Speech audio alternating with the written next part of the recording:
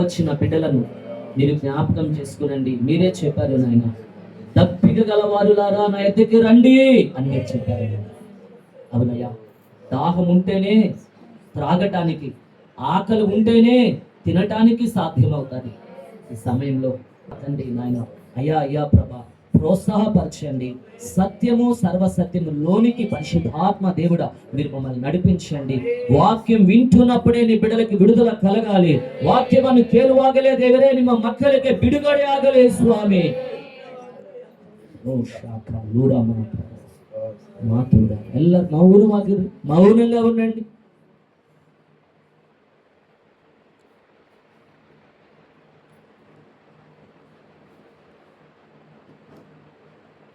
ఇక్కడ మీరు ఉన్నందుకు స్తోత్రం. మీరు మాట్లాడింది మమ్మల్ని యేసు నామములో మా తండ్రి.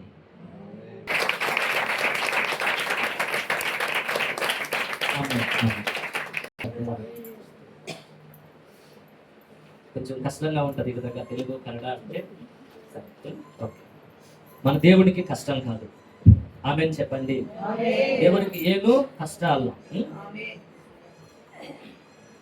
సరే, సమయంలో నేను మీకు ఈ పగటి కాల సమయంలో కొంత సమయము కొన్ని విషయాలు చెప్తాను, అలాగే ఈవినింగ్ టైంలో దాన్ని ముగిస్తాను. ఈ సమయంలో నేను ఏం చెప్పడానికి ఇష్టపడుతున్నానంటే, మనము ఎవరము, మనం ఏమై ఉన్నాము ఒకప్పుడు, ఇప్పుడు ఏమై ఉన్నాము, తర్వాత మనం ఏమవుతాము. భూత భవిష్యత్ వర్తమాన కాలం, జరిగినా జరుగుతున్నా జరగబోతున్న కాలంలో మనము ఇంతకు ముందు ఏమై ఉన్నాము, ఇప్పుడు ఏమై ఉన్నాము, నెక్స్ట్ మనం ఏమవుతాము అన్న విషయాన్ని జ్ఞాపకం చేస్తున్నాం. శ్రద్ధగా వినండి. Thank you Jesus. ముందుగా నేను దేవునికి ఎంతైనా కృతజ్ఞుడు. ఈ స్థలంలో నిలబడి దేవుడి వాక్యం చెప్పే ధన్యత ప్రభువు నాకు ఇచ్చాడు. నా జీవితం మీరు సాక్ష్యం వింటే మీకే అర్థమవుతుంది. నా గురించి నాకు బాగా తెలుసు కాబట్టి నేను దేవునికి ఎంతో కృతజ్ఞుడు. దానికి నేను మొదటగా పరమ తండ్రికి నా హృదయపూర్వకంగా అన్ని విధాలు ఆయనకి కృతజ్ఞతాస్తుతులు చెల్లిస్తున్నాను. చెప్పల కనుక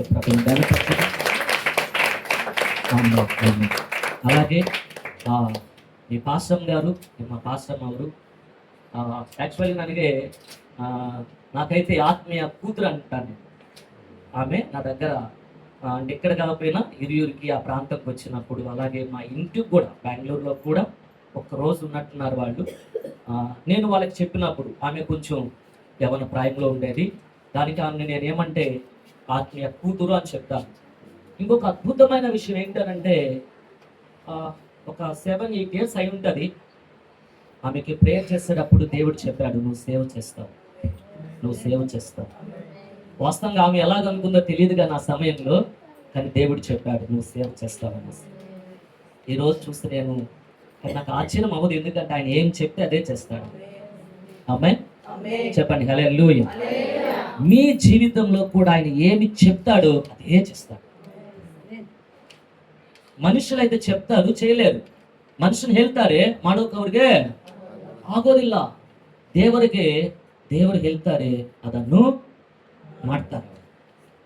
ಯಾಕಂದ್ರೆ ಅವರು ದೇವರು, ಅವ್ರಿಗೆ ಅಸಾಧ್ಯವಾದದ್ದು ಹೇಳ್ರಿ ಯಾವುದು ಇಲ್ಲ.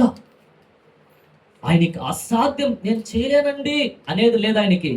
ఐ విల్ డూ, నేను చేస్తాను అని ಮಾಡ್ತೀನಿ, నేను చేస్తాను. మీ జీవితంలో కూడా చేస్తాడు ఆయన. ఒకసారి చెప్పలేదు ఆయన కనపరచండి. Thank you Jesus. Hallelujah, hallelujah. Praise the Lord, praise the Lord, praise the Lord. Thank you Jesus. ಎಲ್ಲರೂ ಬೈಬಲ್ ತಗೊಳ್ರಿ, ಪರಿಶುದ್ಧ ಗ್ರಂಥ ತಗೊಳ್ರಿ. ಎಲ್ಲರೂ అందరూ ಕೂಡ ಬೈಬಲ್ తీసుకుందాం. ಸ್ಪಷ್ಟವಾಗಿ ನೀವೇ ಒಬ್ಬರು ಯಾರಾದರೂ ಕನ್ನಡದಲ್ಲಿ ವಾಕ್ಯ ಓದಿ ಸಹಕರಿಸಿರಿ. మತ್ತొంದು సారి ఈ సమయంలో నన్ను ఈ ఉపవాస ప్రార్థనలకు ఆహ్వానించిన మన ప్రియమైన సేవకులు సురేష్ అయ్య గారికి, అలాగే పాస్టర్ గారికి నా హృదయపూర్వకంగా నిండు వందనాలు చెల్లిస్తున్నాను. Thank you pastor, thank you. నాకు మీరు ఇచ్చిన ఈ మంచి అవకాశాన్ని బట్టి నేను దేవుని నామాన్ని ఘనపరుస్తున్నాను.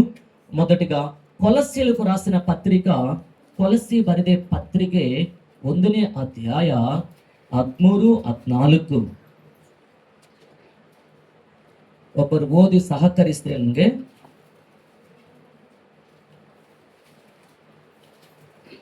ఓ థ్యాంక్ యూ జీసస్ హల్లెలూయా. చదవండి, ఒకరు చదివి ఒకరు సహకరించండి. ಕನ್ನಡలో ಸ್ಪಷ್ಟವಾಗಿ ಕನ್ನಡದಲ್ಲಿ ಓದಿರಿ ಒಬ್ಬರು.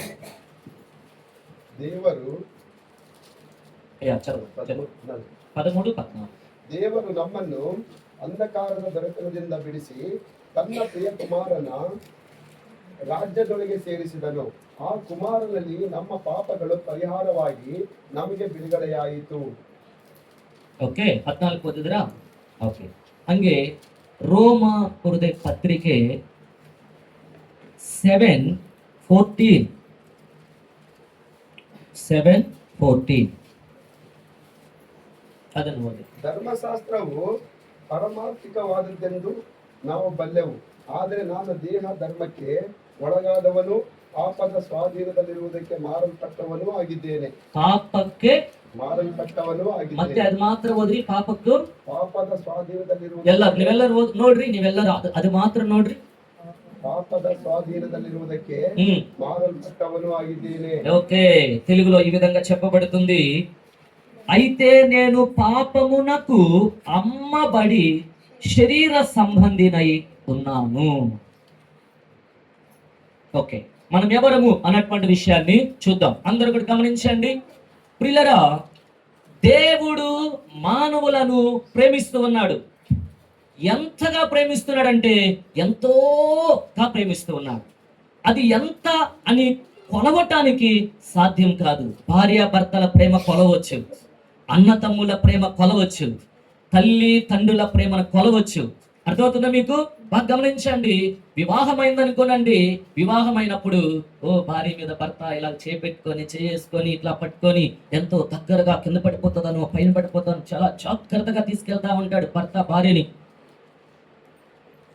ఒక నెల రోజులు అయిన తర్వాత, నెల రోజుల వరకు ఒకరికొకరు నోట్లో కూడా అన్నం పెట్టుకుంటా ఉంటారు. ఇంకొంచెం కొంచెం కొంచెం కొంచెం అయ్యకుంది ఏమవుతుందంటే ఆ ప్రేమ అనేది కాస్త దూరం అవుతుంది.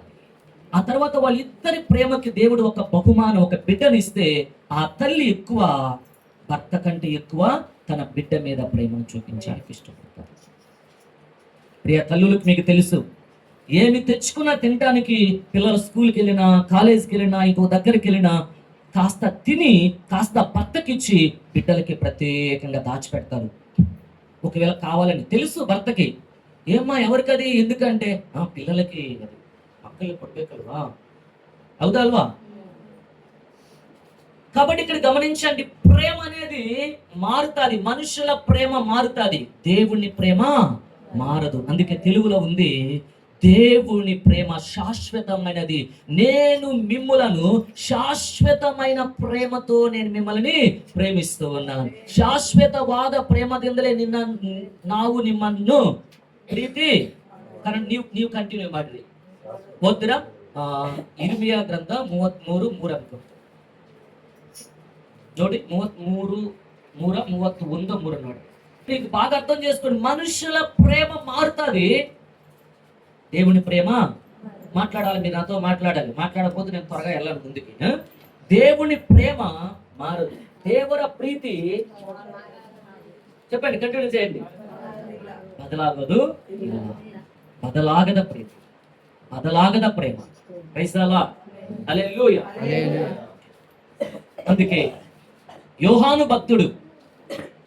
భక్తుడికి దేవుని ప్రేమ అంటే అందరికంటే అధికంగా తెలుసుకున్నాడు. దానికి ఆయన్ని ప్రేమ అపోస్తులుడు అంటారు. యోహానుని ఏం అపోస్తులుడు? ప్రేమ అపోస్తులుడు అంటారు. అంటే దేవుని దగ్గరగా ఉండి, సమీపంగా ఉండి, ఆ తర్వాత కల్వారి శిలువలో యేసు ప్రభు మరణించేటప్పుడు దగ్గరుండి చూసినటువంటి ఈ యోహానుకి దేవుని ప్రేమ అంటే ఏంటో బాగా తెలిసింది. దానికి అంటాడు, దేవుడు లోకమును ఎంతో ప్రేమించాడు. దేవుడు లోకాన్ని ఎంతో ప్రేమించాడు. ఎంత ప్రేమించాడయ్యా నువ్వు చెప్తావంటే ఐ కాంట్, ನನಗೆ ఆగోదిల్ల. ఎంతగా ప్రేమించాడు అంటూ ఎగ్జాంపుల్, నువ్వు వెళ్ళి, బ్రదర్ ఏం పేరు మీ పేరు? గంగరాజు వెళ్ళి, యోహాన్ గారు నన్ను యేసుప్రభు ఎంతగా ప్రేమిస్తున్నాడంటే, అయ్యో ఎంతో ప్రేమిస్తున్నాడు.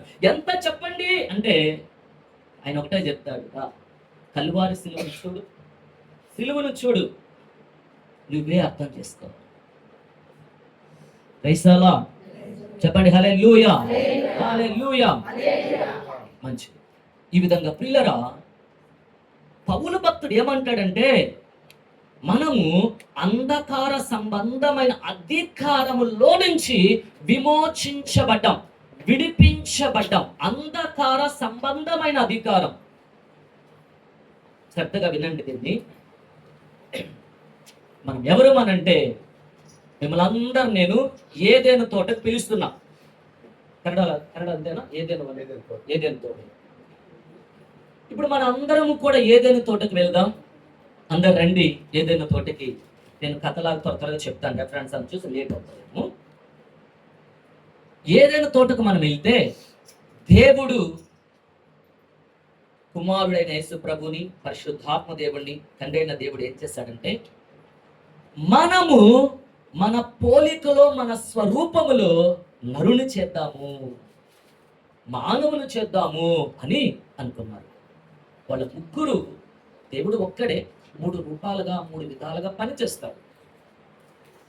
అప్పుడు వాళ్ళిద్దరు కూడా తండ్రితో లేకపోతే దేవునితో ఏకీభవించి ఓకే ఆడోనా చేద్దాము అన్నారు. సరే, మీకు తెలిసిన కథే కాబట్టి అప్పుడు దేవుడు ఏం చేశాడంటే, తన యొక్క స్వరూపములో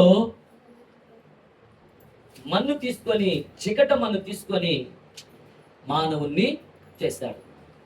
బాగా వినండి. ఆ మన్ను తీసుకొని చేసిన తర్వాత ఆ బొమ్మలో లేదా మన్నులో దేవుడు ఏం చేశాడంటే జీవవాయువును ఊదాడు.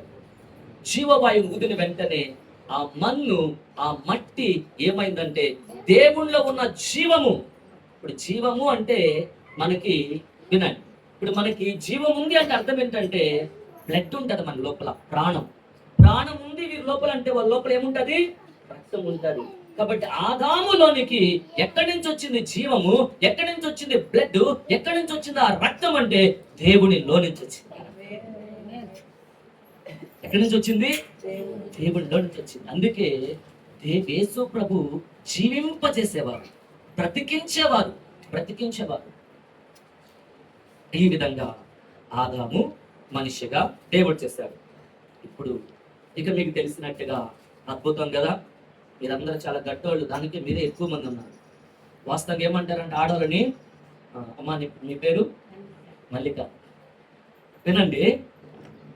వాస్తవంగా ఆదాముకి దేవుడు గాఢ నిద్ర కలుగు చేసి ఆదాముకి సాటైన సహాయము చేయాలని ప్రక్కటి ఎముక ఒకటి తీసి ఆ ఎముకని సుందరమైన ఒక స్త్రీగా చేశాడు. ఆదాము దేంతో చేశాడు చెప్పండి? మల్లికమ్మ చెప్పు. ఆదాముని దేవుడు దేంతో చేశాడు? మట్టితో. మిమ్మల్ని దేంతో చేశాడు? మట్టి గట్టే ఎముక గట్టే చెప్పండి. ఎలుబ గట్టి ఆగురుతుందా, మన్ను గట్టి ఆగురుతుందా? నోడ్రి, ఇది రహస్యం అల్వా. ఇది మీరు గట్టి వాళ్ళు, మీరు నిజము, సత్యం, అదే సత్యము.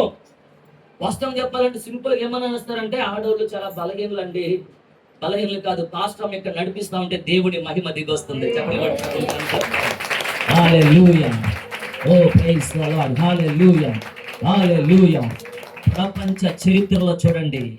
ప్రపంచ చరిత్రలో చూడండి ఎంతో మంది స్త్రీలను దేవుడు ఆశీర్వదించి ఉన్నతమైనటువంటి స్థితిలో దేవుడు ఉంచున్నాడు.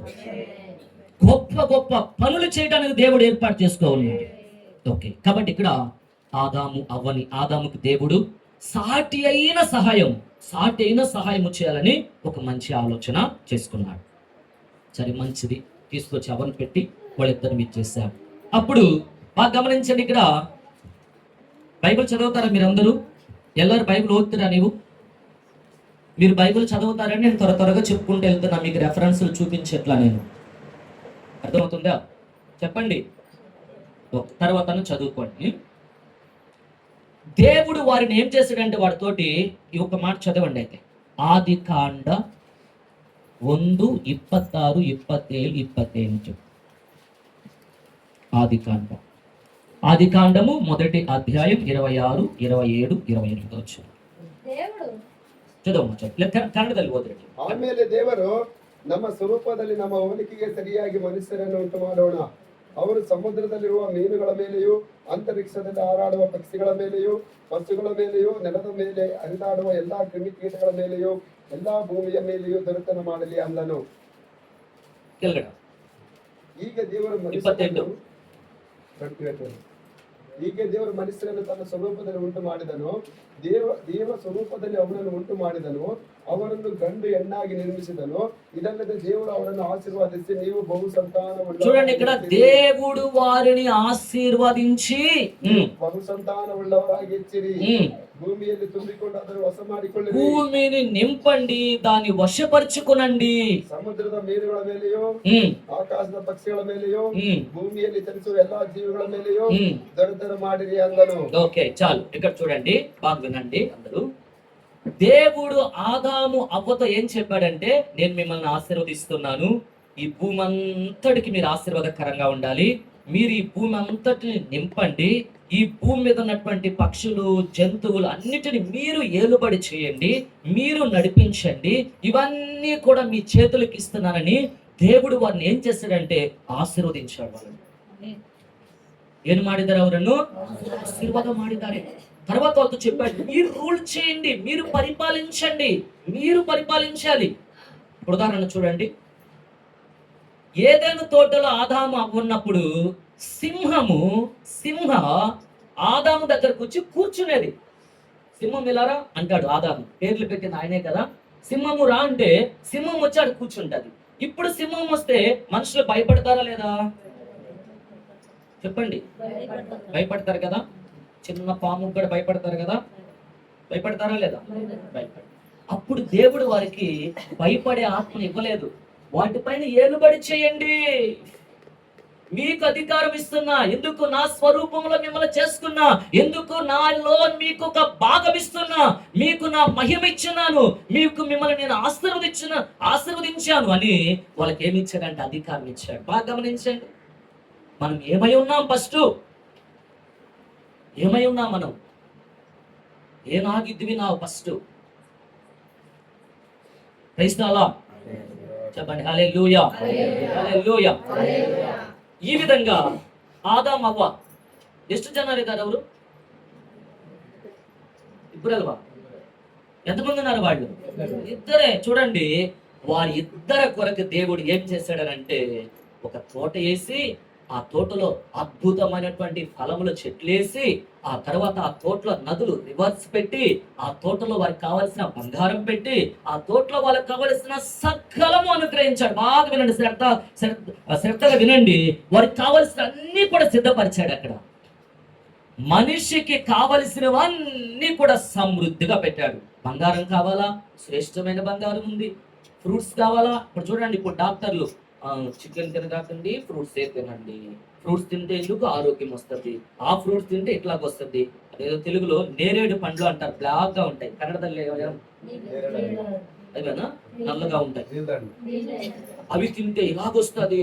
తర్వాత ఇప్పుడున్న వాళ్ళకి షుగర్, బీపీలు, అనారోగ్యం వచ్చేస్తుంది కదా. ఇప్పుడు ఆ జామకాయ, చేపకాయ, జామకాయ ఉన్నాయి కదా, జామకాయ తింటే షుగర్ వాళ్ళకి, దానికే ఒకప్పుడు 10 రూపాయలు 20 రూపాయలు ఉండేవి, ఇప్పుడు ఎంత ఉన్నాయి? 50 కంటే ఎక్కువ అయిపోయిస్తున్నాయి ఇప్పుడు. ఇవి దేవుడు ఫస్ట్ పెట్టాడు వాళ్ళకి. ఫస్ట్ పెట్టి పండ్లు తినండిరా బాబు అన్నాడు. మాంసం లేదు. మాంసము, తుఫాను, ఎల్లవ అంతా వచ్చిన తర్వాత నోవా కాలంలో చెప్పాడు మాంసం తినండి ఇప్పుడు అని. అంతకుముందు వాళ్ళకి మాంసం లేదు. మీరు తింటారో లేదు కానీ ఇప్పుడు కొంతమంది ఏం చేస్తారంటే ఆకులు తినేస్తున్నారు. అట్లాగే జామ ఆకులు, ఆ ఆకులు ఏమో, ఎందుకంటే ఇదిగో ఈ షుగర్కి, డయాబెటీకి తింటే మంచిదండి అంటున్నారు. దేవుడు ఫస్ట్ ఆదాం అవ్వకు అదే చెప్తున్నాడు. అర్థమవుతుందా మీకు? ఓకే, ముందుకెళ్తాం. ఈ విధంగా ఆదాము అవ్వకి ఏ లోటు లేకుండా, బాగా శ్రద్ధగా వినండి. ఇక్కడ కూర్చో ఉన్నారా? లోపల దుఃఖం, వేదన. ఇక్కడ కూర్చో ఉన్నారా? ఇంటికి వెళ్తే ఎలాగుంటాయి పరిస్థితులు మీకు కొంతమందికి. ఇక్కడ కూర్చో ఉన్నారా? రేపు నా బ్రతికి ఎలాగుంటుంది అని మీకు కొంతమందికి. ఇక్కడ కూర్చో ఉన్నారా? అయ్యో నా యవ్వన ప్రాయం ఏంటి నా పరిస్థితి అని. ఆదాము అవ్వ ఆ స్థలంలో ఉన్నప్పుడు వారికి కన్నీరే లేదు. స్తోత్రం చెప్పండి. వారికి దుఃఖమే లేదు వాళ్ళకి. రేపు ఏం చేద్దామన్నటువంటి ఆలోచనే లేదు వాళ్ళకి. అయ్యో ఏమన్నా పాము పైన పడతారా భయమే లేదు వాళ్ళకి. ఏదేను తోటలో వాళ్ళకి ఎలాగుందంటే ప్రియులారా, దుఃఖము, వేదన, అనారోగ్యము, హాస్పిటల్, ఇంకా ఇంకా దుఃఖకరమైన పరిశాపము, పాపము ఏమీ లేదు ఆ స్థలంలో వాళ్ళకి. ఏ వైపు చూసినా సంతోషమే, ఏ వైపు చూసినా ఆనందమే, ఎక్కడ చూసినా ఫ్రూట్స్, చక్కటి ఫ్రూట్స్ అలా తీసుకొని తినేవాళ్ళు. వారికి కావలసిన ప్రతిదీ కూడా ఆ స్థలంలో దొరికేది. దేవుడిచ్చే ఆనందాన్ని వాళ్ళు అక్కడ పొందుకునేవాళ్ళు. అద్భుతమైన రీతిగా జీవిస్తూ ఉన్నారు వాళ్ళు. కష్టపడేదేం లేదు వాళ్ళు. అర్థమవుతుందా? కష్టపడేదేం లేదు. రోగాలు ఏమన్నా హాస్పిటల్ ఉన్నాయి అక్కడ? హాస్పిటల్ లేవు అక్కడ. అయితే దేవుడు చెప్పాడు, ఇక్కడ మీకు కావలసినవన్నీ సిద్ధపరిచాను, మీకు ఏమీ కొదువు చేయలేదు. అయితే చూడండి చూడండి చూడండి, అక్కడ ఒక చెట్టు నాటాను, దాని పేరు మంచి తెలివిని లేకపోతే మంచి చెడ్డలను ఇచ్చేటువంటి వృక్ష ఫలం అది. దాని జోలికే వెళ్ళగాకు. ಅದರ ಬಗ್ಗೆ ಅದನ್ನು ನೋಡಬೇಡ್ರಿ ನೀವು, దాని దగ్గరికే వెళ్ళొద్దు. ఇదిగో ఇక్కడ ఒకటి పెట్టాను, దీని పేరు జీవ వృక్షం ఇచ్చేది, దీన్ని తినేమనుకో ఇక నేను చెప్పను అంటాడు. జీవం ఎవరు? యేసు ప్రభు. దాన్ని కానీ తింటే ఇంక వాళ్ళకి మరణం లేదు వాళ్ళకి. కానీ సైతాన్ చూడండి, దీన్ని తినమని చెప్పలా, జీవం ఇచ్చే తినమని చెప్పలా. ఇక్కడికి వచ్చి ఇదేమిది, మాకు దేవుడు చెప్పాడు లేకపోతే మా తండ్రి చెప్పాడు, అన్ని తినమన్నాడు, మాకు ఫ్రీడమ్ ఇచ్చాడు, మాకు స్వాతంత్రం ఇచ్చాడు, అదో దాన్ని తాకొద్దని చెప్పినాడు, దాని జోలికి వెళ్ళొద్దని చెప్పాడు. ఓ ఇప్పుడు రండి, ఎంట్రన్స్ వస్తున్నా. సైతాన్ ఇప్పుడు సర్ప రూపంలో వచ్చి మాట్లాడుతా ఉన్నాడు. ఓ అలా చెప్పాడా? అయితే అది నిజం కాదు. మీరు దాన్ని తింటే మీరు చనిపోరు. తిని చూడండి ఒకసారి, మీరు ఎలాగవుతారంటే దేవత లాగైపోతారు. మీ కళ్ళు ప్రకాశిస్తాయి, మీరు ప్రత్యేకమైన వాళ్ళుగా ఉంటారు, మీకు మరణమే రాదు అని చెప్పారు. చూడండి ఇక్కడ బాగా గమనించండి. తండ్రి చెప్పింది ఇప్పటి వరకు చేశారు కదా, బాగుంది కదా వాళ్ళ జీవితము, ఇప్పటి వరకు ఆనందంగా ఉన్నారు కదా. అందుకే సైంటిస్టులు, చదువుకున్న బిడ్డలో చెప్తున్నా, సైంటిస్టులు లెక్క ప్రకారం లక్షల కోట్ల సంవత్సరాలు అంటారు. వాస్తవంగా ఆదాము అవ్వని ఏదైనా తోటలో పెట్టింది లెక్కించడానికి సాధ్యం కాని సంవత్సరాలు అక్కడ ఉన్నారు వాళ్ళు. ఆ తర్వాత ఎప్పుడైతే దాన్ని తీసుకొని తిన్నారో, ఇంకో విషయం అక్కడ ఆదాముకు తెలుసు, ఆదాము ఒక్కటి చెప్పాడు తినకూడదని. కానీ ఎప్పుడైతే ఆ సర్పము యుక్తితో మోసం చేసి దాన్ని తినటానికి ప్రేరేపించిందో, తీసుకొని ఎప్పుడైతే తిని ఆమె కళ్ళులు వెలుగుని అంట, దాన్ని తీసుకెళ్ళి ఎప్పుడైతే ఆదాముకి ఇస్తే ఆదాము గారు తిన్నాడు. వాస్తవం ఏంటంటే సాటి అయిన సహాయము తీసుకొచ్చి ఇచ్చాడు. ఆదాము వాస్తవంగా దేవుని కంటే అన్ని ఎక్కువ ప్రేమించాడు. మీలో కొంతమంది వివాహమైన వాళ్ళని చూడండి, అందరికంటే ఎక్కువ భార్యనే ప్రేమిస్తారు వాళ్ళు. ఈ ఆదాము దేవుని కంటే ఎవరిని ప్రేమించి ఎవరి మాట విన్నాడు? దేవుడు ఏం పేరమ్మా మీ పేరేం పేరు? మేము ಹೆಸರೇನು? చెయ్యమ్మ. వినండి, బాగా వినండి. ఇక్కడ చూడండి, ఇక్కడ దేవుడు ఆదాంకి ఏం చెప్పాడు? దాన్ని చేయొద్దు, తినకూడదు అని చెప్పాడా లేదా? దేవుని మాట వినలా, అవ్వ మాట విన్నాడు. కొంతమంది చూడండి, ఆడవాళ్ళు భర్తకి ఏమేమో చెప్పిస్తారు, ఏమో చెప్పిస్తారు. వాళ్ళు పాస్టర్ మాటగాడు వినరు కానీ వాళ్ళ భార్య మాత్రము చక్కగా వింటారు. దేవుని మాటగాడు వినరు కానీ వాళ్ళ భార్య మాట బాగా వింటారు. ఇక్కడ మనం చూస్తే ఈ యొక్క ఆదాము భార్య మాట చక్కగా విని ఆయన గడిపిసుకొని తినేసిన వెంటనే వాళ్ళిద్దరు ఏమైపోయారు? బట్టలు లేని వాళ్ళుగా అయిపోయారు. అంటే అప్పటి వరకు చిన్న బిడ్డలుగా ఉన్నారు. మహిమ ఉంది వాళ్ళ మీద. ఏముంది? మహిమ ఉంది. దేవుని ముఖాముఖిగా చూసేవాళ్ళు, దేవుని డైరెక్ట్ గా చూసేవాళ్ళు. ఎప్పుడైతే దాన్ని తిన్నారో దేవుడు అన్నాడు ముందుగా, దినమున నువ్వు ఏమవుతావు? నిశ్చయంగా చస్తావని చెప్పాడు. నిశ్చయంగా చస్తావు అని చెప్పాడు. అంటే వాస్తవంగా ఆదాము చనిపోయాడా? నీ పేరేం పేరమ్మా? సాకమ్మ. కన్నడలో సాకమ్మ అంటే చాలా మంది కదా, సాకమ్మ. ఓకే, మంచి పేరు మీది, వదిలేస్తారు. చూడండి ఇక్కడ, oh thank you Lord, hallelujah, praise the Lord, praise the Lord. ఓ తండ్రి మీకు వందనాలు, థ్యాంక్ యూ జీసస్. ఇక్కడ ఎప్పుడైతే ఆదాము అవ్వ వాటిని తిన్నారో వాళ్ళకి అప్పుడు వరకు తెలియనటువంటిది అప్పుడు తెలిసింది. ఏంటి? భయం వచ్చేసింది వాళ్ళ లోపల. ఏమొచ్చింది? అంతవరకు భయం ఉందా వాళ్ళకి? ఎక్కడా లేదు భయం వాళ్ళకి. ఎప్పుడు భయపడ్డారన్న విధానం లేదు వాళ్ళకి. అప్పుడు భయం వచ్చేసింది. వెళ్ళి ఆ చెట్టు చాటుకెళ్ళి తాకున్నారు. తర్వాత అప్పుడు వాళ్ళకి తెలిసింది వస్త్రాలు లేవు, బట్టలు లేవు అని వాళ్ళకి తెలిసింది. అక్కడ ఉన్నటువంటి ఆ యొక్క అంజూరపు ఆకులు పెద్దగా ఉంటాయి, వాటిని చుట్టుకుంటా ఉంటుంది. అంటే చూడండి పిల్లరా, అందుకే అంటారు దేవుని వాక్యం అంటది, దేవుడు ఇచ్చిన మహిమను కోల్పోయారు వాళ్ళు. దేవుడిచ్చిన ఆశీర్వాదాన్ని కోల్పోయారు వాళ్ళు. అక్కడ వాక్యం రాయబడి ఉంటది, 3:8 ఉంటది ఆది కాండంలో. దేవుడంట చల్లపూట, చదవద్దు వదిలిపెట్టి. దేవుడంట వాళ్ళ దగ్గరికి చల్లపూట వచ్చినప్పుడు వాళ్ళు చక్కగా తండ్రి తండ్రి ఫాదర్ గాడ్ అని వాళ్ళు సంతోషంగా వచ్చేవాడు. ఇప్పుడు దేవుని దగ్గర రావడానికి వాళ్ళకి ఏమైపోయింది చెప్పండి? ఏమైపోయింది? భయం అయిపోయింది. ఏ స్థితిలో ఉన్నారు వాళ్ళు? కొదువు లేని స్థితిలో ఉన్నారు. దుఃఖము లేదు, పాపం లేదు, వేదన లేదు. ఎటువంటి స్థితి అంటే అంత ఆశీర్వాదకరమైన స్థితిలో ఉన్నారు. ఎప్పుడైతే దేవుని మాట వినకుండా చేయకూడని పని చేశారో, అందుకంట దేవుని వాక్యం చెప్తాది, ఆజ్ఞ అతిక్రమమే పాపము. ఆజ్ఞ అతిక్రమ పాప. దేవుడు చెప్పిన ఆజ్ఞను వాళ్ళు మీరారు కాబట్టి వాళ్ళ లోపలికి ఏమి ఎంటర్ అయిందంటే పాపము ఎంటర్ అయింది. రోమా 7:14 పాపమునకు అమ్మబడితిని. మీరు కన్నడ తెలుగుగా చదివేది? మల్లికమ్మ కన్నడ ఓది. రోమా 7:14 చదవండి. ఒకసారి చదివి వినిపించిన మాట నాకు కన్నడలో చదివి వినిపించాను. రోమా 7:14. ಧರ್ಮಶಾಸ್ತ್ರವು ಪಾರಮಾರ್ಥಿಕವಾದದ್ದೆಂದು ನಾವು ಬಲ್ಲೆವು. ಆದರೆ ನಾನು ದೇಹ ಧರ್ಮಕ್ಕೆ ಒಳಗಾಗುವನು, ಪಾಪದ ಸ್ವಾಧೀನದಲ್ಲಿರುವುದಕ್ಕೆ మారల్పట్టవను ఆగిದ್ದೇನೆ. పాపమునకు అమ్మబడితిని అంటాడు.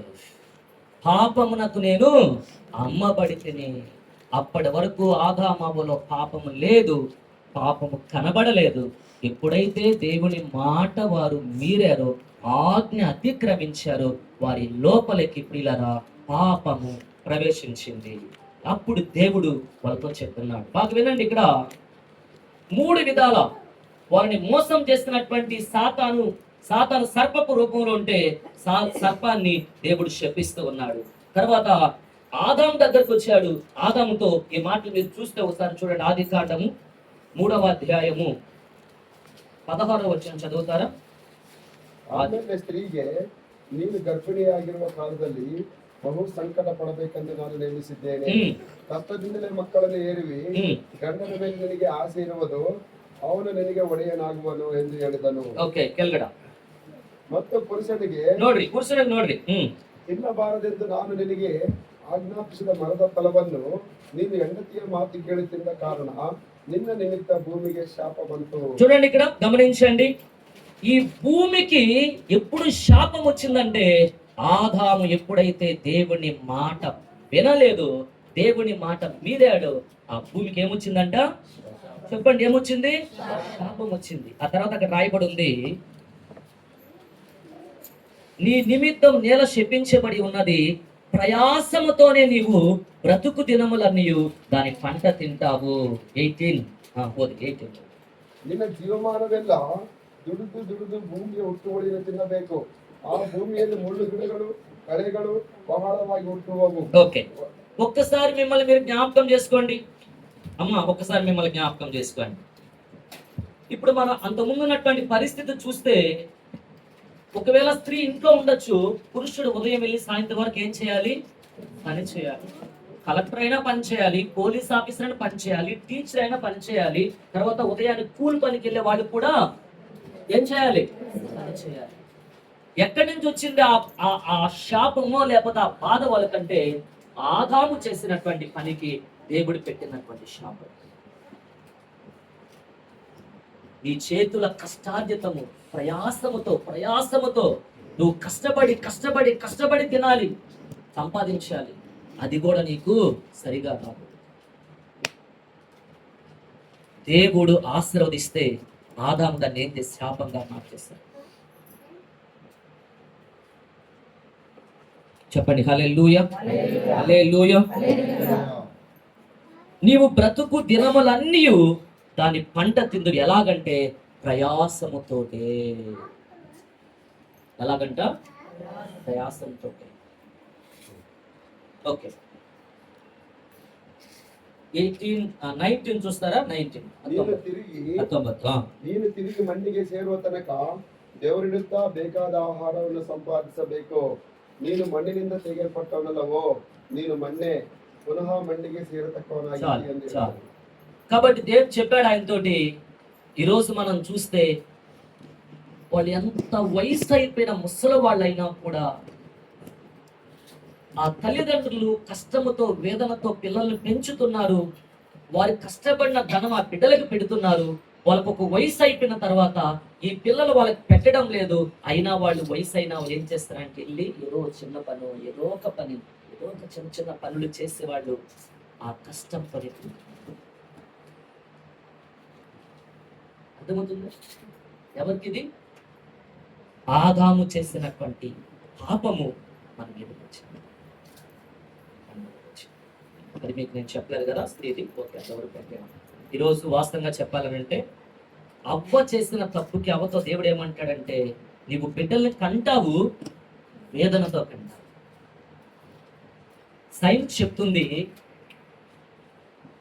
అన్ని బాధల కంటే, అంటే ఒక మనిషి చనిపోయేటప్పుడు అన్ని బాధలు, ఒకవేళ కత్తి తీసుకొని ముక్కలు ముక్కలుగా ఒక వ్యక్తిని నరికినా కూడా ఆ నొప్పి కంటే, ఆ బాధ కంటే తల్లి బిడ్డకు జన్మనిస్తుంది కదా, అప్పుడు ఆ తల్లి పడే వేదన, ఆ నొప్పి చాలా కష్టం.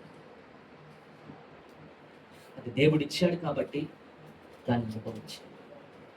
ఓకే సరే, ఇది మన పరిస్థితి. చూడండి, మానవుని యొక్క పరిస్థితి ఏమిటి అనంటే, ఆదాము అవ్వకి దేవుడు అద్భుతమైన ఆశీర్వాదం, కన్నీరు లేని స్థలం, ఆనందంగా ఉండే స్థలం, ప్రతి ఆశీర్వాదం ఉన్న స్థలం, దీవెనకరంగా ఉన్న స్థలంలో దేవుడి వారిని పెడితే వారు దేవుని మాట విననందువలన వాళ్ళు ఏం చేశారంటే శాపగ్రస్తులుగా మార్చబడ్డారు. బాగా వినండి. ఇప్పుడు దేవుని మాట విననందువలన మానవులకి ఏమొచ్చిందంటే, ఆదాముకి ఏమొచ్చిందంటే భయం వచ్చింది, దాని వలన మరణం వచ్చింది, దాని వలన ఏమొచ్చిందంటే పాపం వచ్చింది, ఆ పాపం ద్వారా ఏమొచ్చింది? రోగం వచ్చింది. ఇలాగ ప్రతి మనిషికి ఈ రోజున్న రోగాలు ఎక్కడి నుంచి వచ్చాయి? పాపం ఎక్కడి నుంచి వచ్చింది? భయం ఎక్కడి నుంచి వచ్చిందంటే, వారిని ఎప్పుడైతే ఆ ఏదైనా తోట నుంచి బయటికి దేవుడు నెట్టి వేశాడో అప్పుడు ఇవన్నీ కూడా వారి మీదకి వచ్చాయి. నా మాటలు అర్థమవుతున్నాయి మీకు? అర్థం చేసుకుంటున్నారా? క్రైస్తవాలా? దేవుడు ఆదామవ్వను ఆశీర్వదించాడా లేదా? చెప్పండి. ఎంతగా ఆశీర్వదించాడు చెప్పడానికి సాధ్యం కాదు. నేనేమంటానంటే, నేను ధ్యానం చేస్తా ఉండేటప్పుడు వాళ్ళు ఇద్దరే కదా, 4 నదులు ఉన్నాయి. మీకు ఇక్కడ ఏదో ఓస్పేట్లో ఏముంది? డ్యామ్ ఉంది ఇక్కడ. ఆంధ్ర వాళ్ళు చాలా వరకు నాకు తెలిసి రాజమండ్రి, కాకినాడ ప్రాంతాల నుంచి ఏరియాలకు వచ్చేసినప్పుడు వాళ్ళ తాత వాళ్ళు కొంతమంది అక్కడక్కడ ఉండిపోయేసి వాళ్ళకి వరి పొలం వేయటం తెలుసు వాళ్ళకి. ఇక్కడ కవులకి భూమి తీసుకొని, లేకపోతే డబ్బు ఉన్న వాళ్ళకి కొంచెం పొలాలు కొనుక్కొని ఈ ప్రాంతాల్లో వరి పంట చేయటం చేశారు వాళ్ళు. ఆంధ్రాలో అక్కడ ఏమంటే రాజమండ్రి, కాకినాడ ఏరియాలో గోదావరి నది, కృష్ణా నది ఉన్నాయి. ఈ నదులు ఎక్కడుంటే అక్కడ విస్తారంగా పంటలు పండుతాయి. మాది నెల్లూరు ప్రాంతం ఆంధ్రాలో. మాకు కూడా ఒక నది ఉంది, పెన్నా నది అని. మా ప్రాంతమే వరి అనమాట. వరి బాగా పండుతుంది మా ప్రాంతంలో. అంటే నేను ఏమంటానంటే, ఒక్క నది ఉంటేనే అంత మంది బ్రతుకుతున్నారే, వీళ్ళిద్దరికి 4 నదులు. వీళ్ళకి దేవుడు ఎంత మంచి దేవుడు, ఎంత సమృద్ధి వాళ్ళకి, ఎంత ప్రేమ కలిగిన దేవుడు, ఎంత కనికరం కలిగిన దేవుడు, ఎంత వారిని ఇష్టపడుతున్నటువంటి దేవుడు తండ్రి. కానీ వాళ్ళు దానికే చూడండి, సాధారణంగా చెప్పొచ్చు, పిల్లలు చూడండి, మనం ఎంత నోట్లో పెడతాం, ఎంత మంచి బట్టలు తీసిస్తాం, ఎంతగా వారిని మనం ఆదరిస్తాం, మన మీద వాళ్ళకి అంత ప్రేమ చెప్పండి. అదే బయటోళ్ళు కానీ ఏమని ఇస్తే వాళ్ళ మీద ఎక్కువ ప్రేమ. అవునా కదా? దానికే కదా ఈరోజు ఎవరో దారిని పోతా ఉంటాడు వాడు, అబ్బా నువ్వు చాలా బాగున్నావు, ఇదిగో ఈ లెటరు, లేకపోతే ఏదో అంటారు ఇన్స్టాగ్రామ్ అంట, ఏదో గ్రాములు ఉంటాయి, ఆ గ్రామంలో ఫోటో పెట్టేసి ఐ లవ్ యూ, నువ్వు లేకపోతే నేను బ్రతకలేను, చాలా బాగుంది అని పెట్టి వాడు ఊరికట్టు పోయిన వాడు ఇంకా వచ్చి 20 సంవత్సరాల తల్లిదండ్రులు పెంచి పోషించి డబ్బులు ఖర్చు చేసి ఇంకా ఆరోగ్యంగా అనారోగ్యం వస్తే హాస్పిటల్లో ఉండి ఈమెకి అన్నీ చేసి ఎంత ఎంత ఎంత చేసిన ఆ దారిని పోయేవాడు. ఎంత ఘోరమైన పరిస్థితి. నేను చెప్పాల్సిన అవసరం లేదు. ఈరోజు ఎటువంటి ఘోరమైన పరిస్థితులు ఉన్నాయి. ప్రేమ, దానికే దేవుని ప్రేమ శాశ్వతమైనది, ఈ లోక ప్రేమ అశాశ్వతమైనది. ఏ ప్రేమ కావాలి మనకి? యేసు ప్రేమే కావాలి. ఏ ప్రేమ కావాలి? యేసు ప్రేమే మనకు కావాలి. మీకే ప్రేమ కావాలి? నిజంగా చెప్పండి. సాయంత్రం చెప్తా మీకు. ఇప్పుడు మీకేమంటే పరిచయం అన్నమాట. దేవునికి స్తోత్రం. ఓకే, ఇప్పుడు మీరు తెలుసుకోవాల్సింది ఏంటనంటే, ఒకప్పుడు ఆదాము అవ్వ ఎలాగున్నారో ఫస్ట్ తెలుసుకోవాలి మీకు. అప్పుడు బైబిల్ అంతా తెలుస్తుంది. బాగా గమనించండి. ఆదాము అవ్వని దేవుడు పెట్టినప్పుడు వారిని ఎలా పెట్టాడు, దేవుడు వారిని ఎలా దీవించాడు కానీ తెలిస్తే మీకు బైబిల్ సగం తెలిసిపోతుంది. ఆ స్థితిలో నుంచి వాళ్ళు ఎప్పుడైతే దేవుడికి విరోధంగా చేశారో అప్పుడు దేవుడు వాళ్ళని ఏం చేశాడు? నెట్టి వేశాడు. వెళ్ళిపోండి ఇక్కడి నుంచి మీరు. దానికి కూడా కారణం ఏంటనంటే, ఇంకొక చెట్టు ఉంది అక్కడ. ఏం చెట్టు అమ్మా? చెప్పండి, ఏం చెట్టు? జీవవృక్షం. అది ఒకవేళ తీసుకొని తినేశారంటే వాళ్ళు, ఇక వాళ్ళకి మరణమే లేదు. ఇంకా మరణమే లేదు. దేవునికి మరణం ఉందా? చెప్పాలి. దేవునికి మరణము లేదు. ఇప్పుడు యేసుప్రభు చనిపోయి తిరిగి లేచేశాడు కదా. దేవునికి మరణము లేదు. ఒకవేళ వాళ్ళు తినేసి ఉంటే ఇక వాళ్ళు ఇంకేమి చేయడానికి అవ్వదు. ఇంకా ఇప్పుడు ఆదాము అవ్వని చేస్తుంది దేవుడు కదా, కాబట్టి ఆయన చేతిలో ఉన్నారు కాబట్టి ఆయన ఏమైనా చేయగలరు. ఓకే, ముందుకెళ్దాం. ఇప్పుడు ప్రియులరా, ఆదాము అవ్వ ఎప్పుడైతే బయటికి వెళ్ళిపోయారో వారు ఆ రోజు నుంచి అప్పటి నుంచి ఇంక వాళ్ళు ఏమిటంటే పని చేయటము, కష్టపడటము స్టార్ట్ చేశారు. ఇక వాళ్ళ నుంచి దేవుని వాక్యం అంటది చూడండి, రోమా పత్రిక 5:19 చూడండి. రోమా పత్రిక 5:19.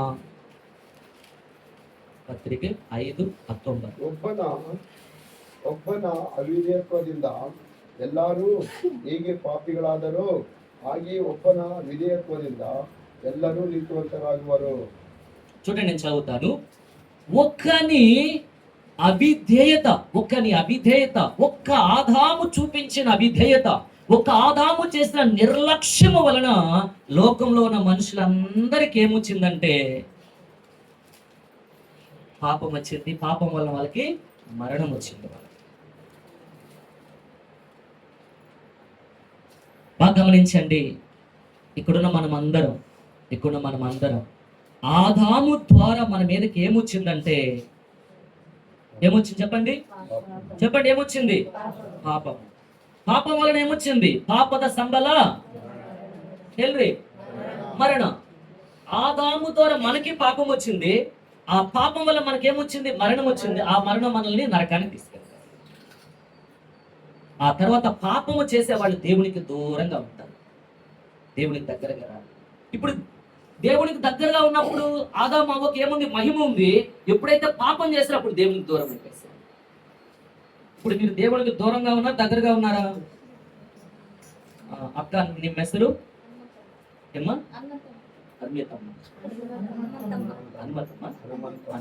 ఓకే. ಈಗ ನೀವು దేవుడికి ಹತ್ತಿರಾಗಿದ್ದೀರಾ, దూరವಾಗಿದ್ದೀರಾ? ನೀವು నిజవాగలు మీరు చెప్పండి. మేము అట్లా వస్తా ఉన్నాము. నేను మనసులో ప్రేయర్ చేసుకొస్తున్నా, ప్రభు వీళ్ళందరూ రావాలి మందిరానికి, వీళ్ళందరూ రావాలి నాయన, వీళ్ళందరూ రక్షింపడాలి దేవుడే, వీళ్ళందరూ రక్షిస్తు స్వామి అంతా ప్రార్థన మాట్లాడుకుని పడతాయి. ఇక వాళ్ళు ఎక్కడున్నారు? దేవునికి దూరంగా ఉన్నారు. మీరెక్కడున్నారు? దేవునికి దగ్గరగా ఉన్నారు. అయితే ఇంకా సంపూర్ణం కాలేదు. దాని కొరకే ఈ సందేశం. మీ పాస్టర్ మిమ్మల్ని ఏం చేస్తున్నారు? మరలా ఆదాముగా అవ్వకున్న మహిమ, ఆ మహిమ దగ్గర తీసుకురావడానికి ప్రయత్నం చేస్తా ఉన్నారు, ప్రయాసపడతా ఉన్నారు. ఆమేన్. చెప్పండి హల్లెలూయా. అయితే వచ్చిందా అంటే ఇంకా ఇನ್ನು మరిಬೇಕು. ఎగ్జాంపుల్ చెప్తున్నాను చూడండి. పాట పాడారు కదా, మహిమే మహిమే యేసు అప్పా నిన్న మహిమే. ఆలయం, ఆలయం, ఆలయం అంటే దేవుడు ఉండే స్థలం, ఆలయం. సొలొమోను మందిరం కట్టించాడు. సొలొమోను ఒక దేవాలయం కట్టించాడు. అది అక్కడ దేవుడు ఉండే స్థలం. అది ఆ దేవుని ఆలయము యేసు ప్రభు లాగా వచ్చేసాడు ఇక్కడికి.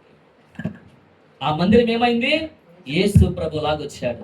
నేనే ఆలయం అని చెప్పాడు యేసు ప్రభు. ఈ మందిరాన్ని పడగొట్టండి అని చెప్పాడు యేసు ప్రభు. అవునా కాదా? ఈ మందిరాన్ని పడగొట్టండి, 3 రోజుల తర్వాత ఏం చేస్తాను? నేను తిరిగి లేపుతాను. ఇప్పుడు ఆ మందిరము ఇగో నేను. కాబట్టి ఇప్పుడు పాడుతున్నప్పుడు దీన్ని నింపు అంటున్నాం, కానీ దీన్ని నింపు అనట్లా మనము. మీ మహిమతో ఈ మందిరాన్ని నింపయ్యా అనట్లేదు, కానీ పాట కదా, మహిమతో ఈ మందిరం నింప అంటాం. ఇది రేకుల షెడ్డుది, ఇది నింపబడాలి మహిమతో. మహిమతో ఉన్న ఆదాము ఎక్కడికి వెళ్ళారు? బయటికి వెళ్ళిపోయారు. ఎక్కడికి వెళ్ళిపోయారు? ఇప్పుడు వారిని మహిమలోనికి తీసుకొని రావాలి, మరలా వారికి మహిమను ఇవ్వటానికి రావాలి. దానికే చెప్తున్నాను, మీరు ఆల్రెడీ వచ్చారు ఇప్పుడు, అయితే ఇంకా ప్రభుకు దగ్గర అయిపోవాలి. ఎక్కడికి వెళ్ళినా నువ్వు మహిమ, నువ్వు మందిరం, నువ్వు నీ లోపల ఉన్నాడు యేసు ప్రభు. నిమ్మ ఒలగడిదారు స్వామి. నీవే దేవుని ఆలయము, దేవుడు నివసించే స్థలం నీవే. ఇంకా మీకు అర్థం అవ్వాలంటే, ఇప్పుడు నేను ఉన్నాను, స్నానం చేస్తున్నా పాట పాడుతూ ఉంటా, నేను యేసయ్యకి ఆలయం. నేను అన్నం తింటా, నా కూతురు అన్నం తింటా ఉన్నా పాట పాడుతూనే ఉంటది, నా భార్య వంట చేస్తా ఉన్నా పాట పాడుతూనే ఉంటది. ఏమంటే వాళ్ళు దేవుని ఆలయం, వాళ్ళు దేవుడు ఉండే స్థలం అది, దేవుడు కోరుకున్న స్థలం అది. కాబట్టి ఇది కాదు ఆలయము, నీవే ఆలయం. ఆమేన్, హల్లెలూయా. ప్రవచనం చెప్తున్నాను మీకు. దానికే సైతాను అనేక మందిని ప్రేరేపించి ఈ మందిరాలు పడగొట్టండి, ఈ మందిరాలు పడగొట్టుకోండి. ఆ మందిరం, ఈ మందిరం పడగొట్టలేవు కదా. ఈ మందిరం ఎక్కడ పడగొడతావు నువ్వు? ఈ మందిరం పడగొడతావు, లాక్కొని పోతావు, కావాలి నిప్పు పెడతావు కావాలంటే, అంతే కదా. ఈ మందిరాన్ని ఆగోదిల్లా. ఆమేన్, చెప్పండి హల్లెలూయా. చెప్పండి, ప్రభువుని కనపరచండి.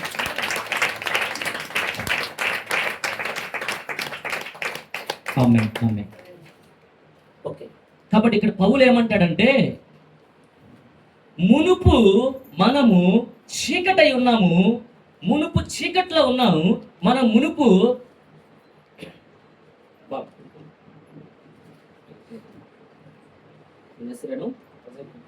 అజయ్ కుమారా, థ్యాంక్ యూ జీసస్. బాగా గమనించండి, ఈయన సైతాన్ అధికారంలో ఉన్నాడు. ఏ అధికారంలో? సైతాన్ చేతిలో ఉన్నాడు ఈయన. ఇప్పుడు సైతాన్ చేతిలో ఉన్న ఈయనను ఏం చేయాలంటే విడిపించాలా. ఇప్పుడు వీళ్ళ నాన్న సైతాన్ చేతిలో నుంచి విడిపించలేడు. అర్థమవుతుందా? సైతాన్ చేతిలో నుంచి విడిపించలేడు. అంటే ఎగ్జాంపుల్ చెప్తున్నాం.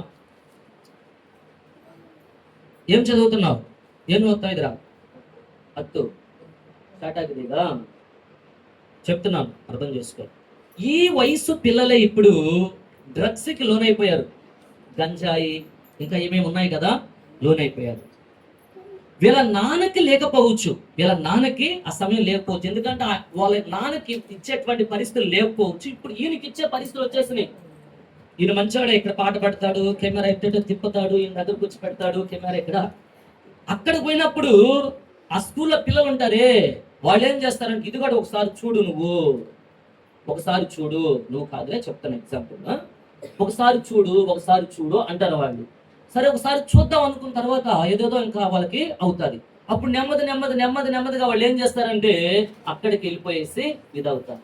ఇప్పుడు ఈయన లోపల ఏముంది? అంధకారం ఉంది. చెప్పండి, ఏముంది? గట్టిగా చెప్పండి, ఏముంది? అంధకారం అంటే చీకటి. చీకటి అంటే సైతాన్ రాజ్యం అంటే చీకటి రాజ్యం అది. కాబట్టి ఇప్పుడు ఈయన అంధకార సంబంధమైన అధికారంలో ఉన్నాడు. ఒక అధికారం ఉంది. ఆ అధికారంలో సైతాన్ కొంతమంది అధికారులు, నాయకులు పెట్టుకో ఉంటాడు, కొన్ని ఆఫీసులు పెట్టుకో ఉంటాడు. ఆ సైతాన్ ఏం చేస్తాడంటే ఇలాంటి యవన బిడ్డల మీద కొంతమంది కొన్ని దయ్యాలను పంపిస్తాడు. పోయి వీళ్ళందరూ మైండ్ ఇచ్చాయి, ఇట్లా చేసాయి, వాళ్ళు నా దగ్గర తీసుకొని వచ్చాయి అని చెప్పేసి పంపిస్తాడు. ఇప్పుడు ఈయన అంధకార సమ్మధికారిలో ఉన్నాడు. వీళ్ళ నాన్న ఈయనని అన్ని విధాల ఒకవేళ కొట్టొచ్చు, ఒకవేళ మంచి మాటలు చెప్పొచ్చు, ఒకవేళ డబ్బులు ఇవ్వచ్చు, ఏమి చేసినా కూడా వీళ్ళ నాన్న ఇతన్ని సైతాన్ అధికారం బయటకు తీసుకురాలేడు. సైతాన్ అధికారంలో నుంచి బయటకు తీసుకురాలేడు. దానికి ప్రభువైన యేసు క్రీస్తు ఈయనని విమోచించాడు, విడిపించాడు. ఈయన పాపానికి అమ్మబడ్డాడు. ఇప్పుడు పాపానికి అమ్మబడ్డాడు. ఇప్పుడు ఉదాహరణకి ఈయనని వాళ్ళు కొనుక్కున్నారు, 1 కోటి రూపాయలు పెట్టి కొనుక్కున్నారు వాళ్ళు. ఇప్పుడు ఈయన వాళ్ళ మాట వినాలా, వాళ్ళు చెప్పినట్టు నడుచుకోవాలా, వాళ్ళ ప్రకారం జీవించాలి. ఎందుకంటే వాళ్ళు కొనుక్కున్నారు ఈయనని. కొద్దిగా అర్థమవుతుందా మీకు? వాళ్ళు చెప్పినట్టే వినాలి. అంటే బానిస. ఎవరు? కన్నడలో దాసత్వమా? బానిస అయిపోయాడు వాళ్ళకి. ఇప్పుడు వీళ్ళ నాన్న ఏమేమి చేసినా, ఎట్లా చేసినా ఈయన బయటికి వెళ్ళాడు. దానికి బాగా గమనించండి. దేవుడు ఈయనని ప్రేమించి, తండ్రి ఈయనని ప్రేమించి తన కుమారుడైన యేసు ప్రభుని ఈ లోకానికి పంపించాడు. ఎందుకంటే ఈయనను సైతాన్ అధికారంలో నుంచి విమోచించడానికి, విడిపించడానికి. ఎలా విడిపించాలంటే సైతాన్ చెప్తాడు, నేను విడిపించను, నాకు ఇచ్చేశాడు. ఆదాము చూడండి, దేవుడు ఆదాముకి ఇచ్చాడు అధికారము. ఆదాము ఏం చేశాడు? సైతానికి ఇచ్చాడు. చదవండి ఆ మాట ఒకసారి. లూకా సువార్త 4వ అధ్యాయం 5వ వచనం. లూకా 4వ అధ్యాయం 5వ వచనం.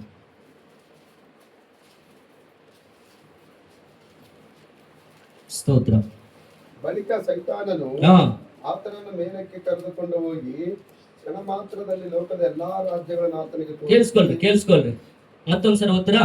ಬಳಿಕ ಸೈತಾನನು ಆತನನ್ನು ಮೇಲಕ್ಕೆ ಕರೆದುಕೊಂಡು ಹೋಗಿ ಕ್ಷಣ ಮಾತ್ರದಲ್ಲಿ ಲೋಕದ ಎಲ್ಲಾ ರಾಜ್ಯಗಳನ್ನು ಆತನಿಗೆ ತೋರಿಸಿ, ಇವೆಲ್ಲವುಗಳ ಅಧಿಕಾರವನ್ನು, ಇವುಗಳ ವೈಭವವನ್ನು ನಿನಗೆ ಕೊಡುವೆನು, ಇದೆಲ್ಲ ನನಗೆ ಕೊಟ್ಟದೆ. చూడండి ఇక్కడ బాగా వినండి.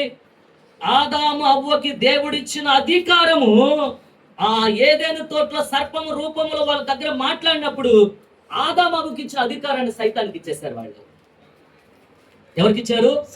సైతానికి ఇచ్చేశారు. ఇప్పుడు సైతాన్ యేసు ప్రభుతో అంటున్నాడు, ఆ అధికారం నాకు ఇవ్వబడినది, అధికారము నాకు ఇవ్వబడింది. దానికే లోకంలో ప్రజలందరూ నరహంతకులు, దుర్మార్గులు, వ్యభిచారులు, రౌడీలు, ఘోరంగా బ్రతుకుతున్న వాళ్ళు ఎందుకు అలా ఉన్నారు అంటే వాని రాజ్యంలో ఉన్నారు. వాడు నడిపిస్తున్నాడు వారిని. అనేక మంది ఆడబిడ్డలను పాడు చేసేస్తున్నారు, స్త్రీలను పాడు చేస్తున్నారు, చిన్న బిడ్డలను పాడు చేస్తున్నారు. ఎవరిది కార్యం అంటే సైతాన్ యొక్క కార్యం ఇది. బాగా అర్థం చేసుకోనండి. యేసు ప్రభుతోనే అంటున్నాడు, ఆ అధికారం నాకు ఇవ్వబడినది. ఇప్పుడు ఆయన అధికారం ఉన్నాడు కదా, ఈయనని విడిపించడానికి యేసు ప్రభుకి ఏం కావాలనంటే రక్తము చిందించాలా. ఈయన్ని విడిపించాలంటే చూడండి, ఏం పేరు నీ పేరు? అజయ్ కుమార్. యేసు ప్రభు నిన్ను ఎలా ప్రేమిస్తున్నాడంటే, కన్నడ తెలుగు అర్థం కదా దీనికి? ಕನ್ನಡನಾ? ಪಕ್ಕ ಕನ್ನಡ. ಓಕೆ, ಸ್ತೋತ್ರ. ಯೇಸು ಸ್ವಾಮಿ ನಿಮ್ಮನ್ನು ಹೇಗೆ ಪ್ರೀತಿ ಮಾಡ್ತಾ ಇದ್ದಂದ್ರೆ ಚೆನ್ನಾಗಿ ಕೇಳಿಸ್ಕೊಳ್ರಿ. యేసు ప్రభు చెప్తున్నాడు, నిన్ను ఎలా ప్రేమిస్తున్నానంటే నేను నీ కొరకు చనిపోయేంతగా ప్రేమిస్తున్నాను. ఈయన సైతాన్ చేతుల నుంచి విడిపించబడాలంటే రక్తం అనేది చిందించబడాలి. ఆ రక్తం ఎలా ఉండాలంటే, ఈ లోకంలో మానవ రక్తం అంతా ఆదాము పాపము కాబట్టి అందరి లోపల పాపమే ఉంది. ఒక తల్లిదండ్రులకి ఎయిడ్స్ ఉంటే వారి బిడ్డలందరికీ ఎయిడ్స్ వస్తుంది. అలాగే ఆదాము ద్వారా పాపం వచ్చింది. ఆ పాపం అందరికీ మరణాన్ని తీసుకుని వచ్చింది. అయితే ప్రభు అయిన యేసు క్రీస్తు లోకానికి వచ్చి ఆయన ఏం చేశాడంటే తన రక్తాన్ని చిందించాడు. ఆ రక్తం నీతిమంతుని రక్తం, ఆ రక్తం అమూల్యమైన రక్తం, ఆ రక్తం నిష్కలంకమైన రక్తం, ఆ రక్తంలో ఏ దోషము లేదు. కాబట్టి ఆ రక్తము చిందించబడిన వెంటనే ఈ వ్యక్తి సైతాన్ అధికారంలో నుంచి విడిపించబడ్డాడు. చెప్పలు కూడా ప్రభువుని గమనించండి.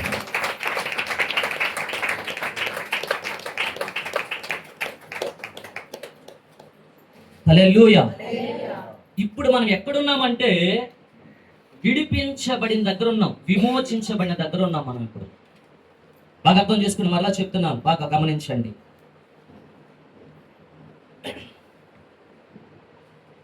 Thank you Jesus.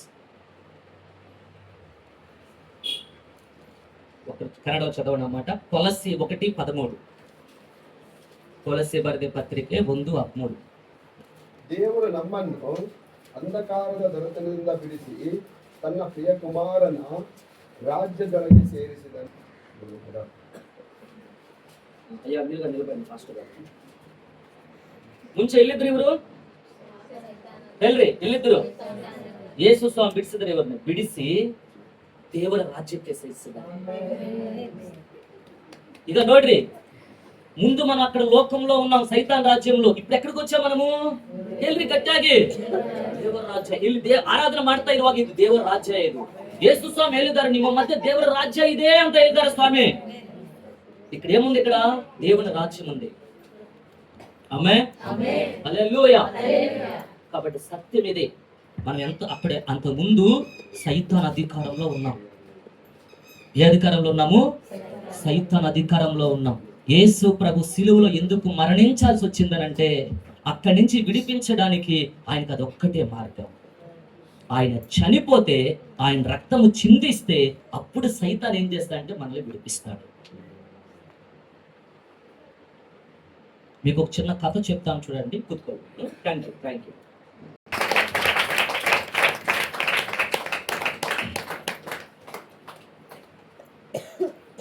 Thank you Jesus. Transaction చేస్తారా మీరు? టైం అయిపోయింది. ఇది ఒక్కటే.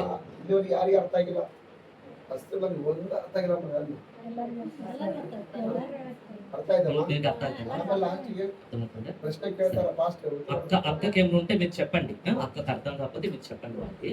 సరే, కథ చెప్తాను చూడండి.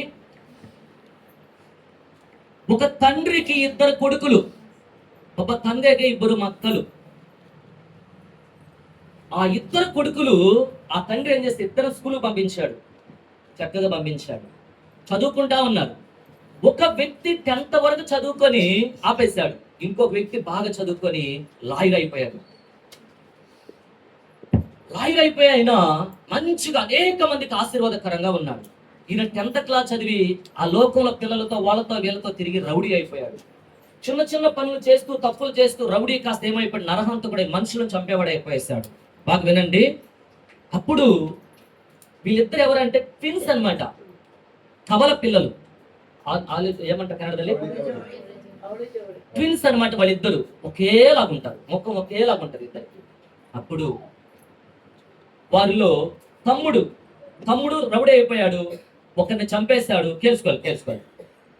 ఒకరిని చంపేశాడు, షర్టు మీద రక్తం ఉంది. పోలీస్ కంప్లైంట్ ఇచ్చారు, పోలీసులు తరుముకుంటా వచ్చేసారు. అంతలోకి అన్న లాయరు డ్యూటీకి వెళ్ళేసి ఇంట్లోకి వస్తా ఉన్నాడు.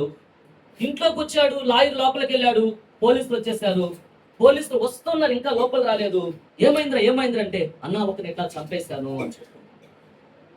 అప్పుడు లోపలికి వెళ్ళి వాటి డ్రెస్ తీసేసి, తమ్ముడు డ్రెస్ తీసేసి, ఈ డ్రెస్ వానికి ఇచ్చేసి, లాయర్ డ్రెస్ వానికి ఇచ్చేసి, ఆ తమ్ముడు వేసుకున్న డ్రెస్ లాయర్ వేసేసుకొని రక్తం కారుతా ఉంది, నిలబడుకున్నాడు. పోలీసులు వచ్చేసారు.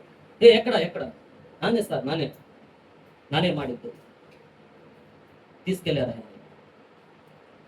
అప్పుడు తీసుకెళ్ళి ఆ వ్యక్తికి మొత్తం రెడీ చేసి ఉరిశిక్ష చేయడానికి చూశారు. అప్పుడు తమ్ముడు, మీ చివరి కోరిక ఏంటంటే మా తమ్ముడితో మాట్లాడాలా అని చెప్పినాడు. మా అన్నతోటే మాట్లాడాలని చెప్పాడు. ఇప్పుడు వచ్చాను, అన్నా నేను కదన్నా చేసింది తప్పు, ఎందుకన్నా నీ మీద వేసుకున్నావు అన్నా, నేను వెళ్తానంటే, నాన్న నువ్వు చిన్నవాడివని నాన్నతో చెప్పాడురా, నీకు అన్ని విధాలు చూసుకోమని చెప్పాడు. ఎందుకంటే నీకంటే కొద్దిగా పెద్దోడిని, అంతే, నేను కొంచెం పెద్దోడిని. కాబట్టి నీ శిక్ష నా మీద వేసుకొని నేను చనిపోతున్నాను. నాలాగా లాయర్ లాగా బ్రతికి అనేక మందికి మంచి మార్గం చూపించి యేసు క్రీస్తు ప్రభువు మన పాపములంతా ఆయన పైన వేసుకున్నాడు. ఇప్పుడు ఆయన ఎవరు? పాపికి ఏం బరಬೇಕು? ಪಾಪದ ಸಂಬಳ మరణం. అందుకే యేసు ప్రభుని తండ్రి చంపాడు. మన పాపానికి శిక్ష ఆయన్ని చంపాడు. కాబట్టి మన మీద ఉన్న శిక్ష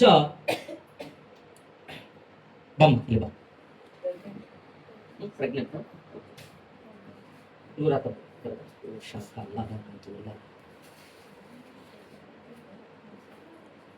దయచేసి అందరు ఇక్కడ వినండి, అందరు వినండి. గంగరాజు ఏం చేస్తున్నాము? డిగ్రీ కంప్లీట్ అయింది. ఈయన పాపి. ఎవరైనా చెప్పండి అమ్మా. పాపి. పాపానికి ఏం రావాలి? శిక్ష, మరణం. పాపానికి ఏం రావాలి? మరణం. ఇప్పుడు యేసు ప్రభు, నేను అనుకోండి, ఈయన పాపం అంతా నా పైన వేసుకున్నాను. నేను పాపిని కాదు, ఈయన పాపం అంతా నా పైన వేసుకున్నా. ఇప్పుడు నేనేమైనాను? ఇప్పుడు చెప్పాను కదా, ఇప్పుడు ఈయన మీద నా బ్లడ్ అంతా నా పైన వేసుకుంటే షర్ట్ అంతా బ్లడ్ అయిపోతుంది కదా కదా. ఇప్పుడు ఈయన పాపం అంతా నా పైన వేసుకుంటే నేనేమయ్యాను? పాపయ్యాను. ఈయన పాపము కొరకు నేనేమయ్యాను? మరణించాను. ఈ లోపల ఉన్న పాపం అంతా ఏమి లేదు. పాపం ఇప్పుడు ఇక్కడ పాపము, చెప్పండి, పాపము లేదు. అందుకే దేవుని ఆరాధించగలుగుతున్నాం. అందుకే ప్రార్థిస్తే దేవుని మహిమ దిగొస్తుంది మన మీదకి. మన మీద ఇప్పుడు ఏం లేదు? పాపం లేదు. పాపం అధికారంగా లేదు మన మీద. తమ్ముడు బ్యాప్టిజం తీసుకున్నావా? అయిందా? ఈ సత్యం మీకు తెలియాలి. చాలా మంది ప్రార్థిస్తారు, మీరు ఆరాధిస్తారు, వాక్యం కూడా చెప్తారు. ఈ సత్యం తెలియదు. నా లోపల పాపం లేదు. ఎందుకు లేదంటే నా పాపం అంతా ఆయన మీద పడింది. ఇప్పుడు నాకెందుకుందో పాపం? ఇంకా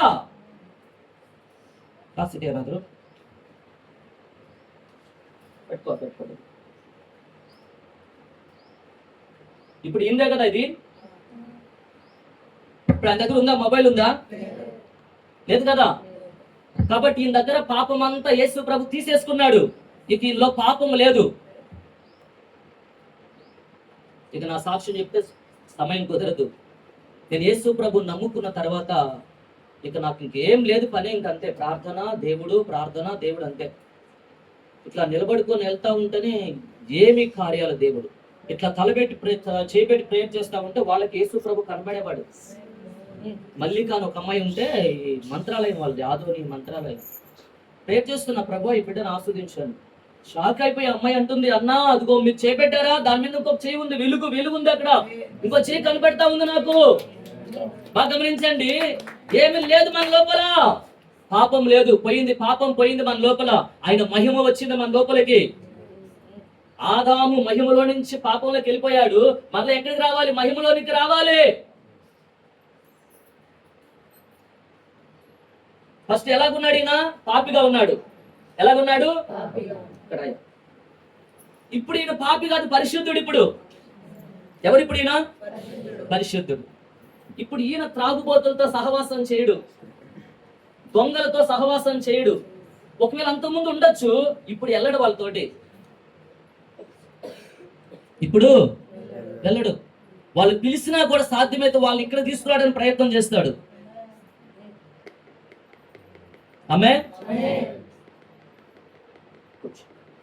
సరే, నేను ముగించేస్తాను. చిన్న సాక్ష్యం ఎలాగంటే గుర్తుపెట్టుకోండి. గుంటూరు, ఆంధ్రాలో గుంటూరు అని ఒక ప్రాంతం ఉంది. గుంటూరు ఇక్కడ మనకున్నారు కదా ఒక పెద్ద సేవకులు, రాంబాబు పాస్టర్ ఉన్నారు కదా ఇక్కడ. ఆ గుంటూరు ప్రాంతంలో ఆ జిల్లాకి రౌడీ ఆయన ఒక పాస్టర్ని చంపేశాడు. సరే, మొత్తానికి పట్టుకొని తీసుకెళ్లి జైల్లోకి వేసేశాడు. ఏదో ఒక విధంగా దేవుడు ఆ వ్యక్తిని దర్శించాడు జైల్లో. కొన్ని రోజులు చూసినప్పుడు ఆ వ్యక్తి మంచోడు అయిపోయాడు. జైల్లో ప్రార్థన చేస్తున్నాడు. ఇప్పుడు ఇంకా అక్కడ అంతా మంచిగా ఉన్నాడు, భక్తిగా ఉన్నాడు. గవర్నమెంట్ చూసింది, పోలీస్ డిపార్ట్మెంట్ చూసింది, ఆయన్ని బయటకు విడిచిపెట్టేస్తారు. వెళ్ళిపో నువ్వు బయటకి అనేసి. చూడండి, జిల్లాకు రౌడీ, మామూలు రౌడీ కాదు. నేరుగా వెళ్ళి విడుదల చేసినప్పుడు పాస్టమ్ దగ్గరికి వెళ్ళి కాలు పట్టుకొని, పాస్టమ్ని, అమ్మా తెలియక చేశా, అయ్యగారిని నేను తెలియక చంపేశా. ఇప్పుడు నన్ను దేవుడు క్షమించాడు, అందుకే నేను ఇక్కడికి వచ్చా. ఇప్పుడు నువ్వు ఏం చెప్తే అదే చేస్తా. నేను నీ కాళ్ళు పట్టుకుంటున్నా. నీకు భర్త లేకుండా చేశా, నీ భర్త లేకుండా చేశా. నేను మీరు ఏం చెప్తే అదే చేస్తా. అప్పుడు ఆమె క్షమిస్తున్నాను నేను చెప్పాను. గుంటూరులో పాస్టర్స్ కి ఆయన లీడర్ ఇప్పుడు రాంబాబు అని. ఒకసారి బెంగళూరుకి వస్తే అదే చెప్పాడు, మీ కర్ణాటకలో ఒక రాంబాబు పాస్టర్ ఉన్నారు, మా ఆంధ్రాలో నేను ఒక్కడే రాంబాబు అంటే, మా గుంటూరు జిల్లాకి రౌడీ నేను, దేవుని కనికరంతో రక్షించాడు. ఈరోజు అందరు పాస్టర్ నేనే సపోర్ట్ గా ఉండేసి సేవలో నడిపిస్తున్నాను. ఇప్పుడు చూడండి, ఒకప్పుడు పాపినే, ఒకప్పుడు సైతాన్ చేతిలో ఉన్నాడు, యేసు ప్రభు ఆయన్ని విడిపించాడు, ఇప్పుడు దైవ బిడ్డ అయిపోయి సేవకు అయిపోయాడు. రెండు విషయాలు చెప్పాను కదా, ముందు మనం ఎలాగున్నాం, ఇప్పుడు ఎలాగున్నాం. ఇంకో 10 నిమిషాలు వింటారా? అందరు అన్నట్లా.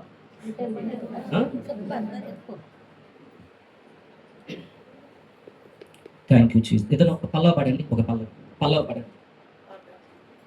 ನಿನ್ನಂತ ದೇವರು ಯಾರೂ ಇಲ್ಲ, ನಿನ್ನ ಹಾಗೆ ಪ್ರೀತಿಸುವವರು ಭಕ್ತರು ಇಲ್ಲ. ನಿನ್ನಂತ ದೇವರು ಯಾರೂ ಇಲ್ಲ, ನಿನ್ನ ಹಾಗೆ ಪ್ರೀತಿಸುವವರು ಭಕ್ತರು ಇಲ್ಲ.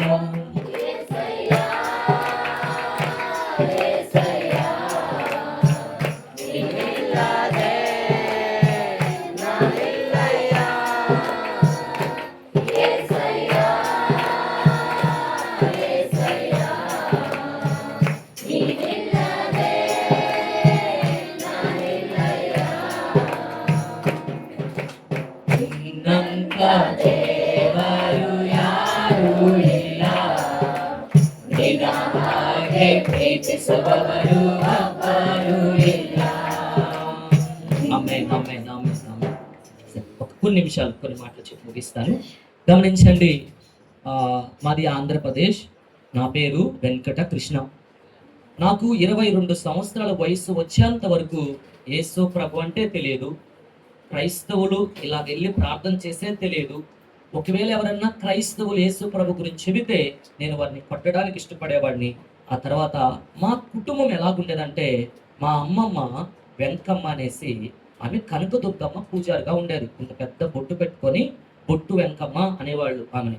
ఆ తర్వాత నా తల్లి, ఆమె ఎక్కువ ఈ సర్పపు ఆత్మకి, నాగదేవత అంటారు కదా, దానికి ఎక్కువ పూజించడం వలన ఈ యొక్క సర్పపు ఆత్మ నా తల్లి లోపల ఉండేది. పాము ఆత్మ ఆమె లోపల ఉండేది. ఏ గుడికి మేము వెళ్ళినా ఆమె కింద పడి పాములాగా దొరులాడుతూ ఉండేది. మేము ఏ గుడికి వెళ్ళినా మా అమ్మమ్మకి, అర్థమవుతుంది కదా అజ్జి, మా అవ్వ,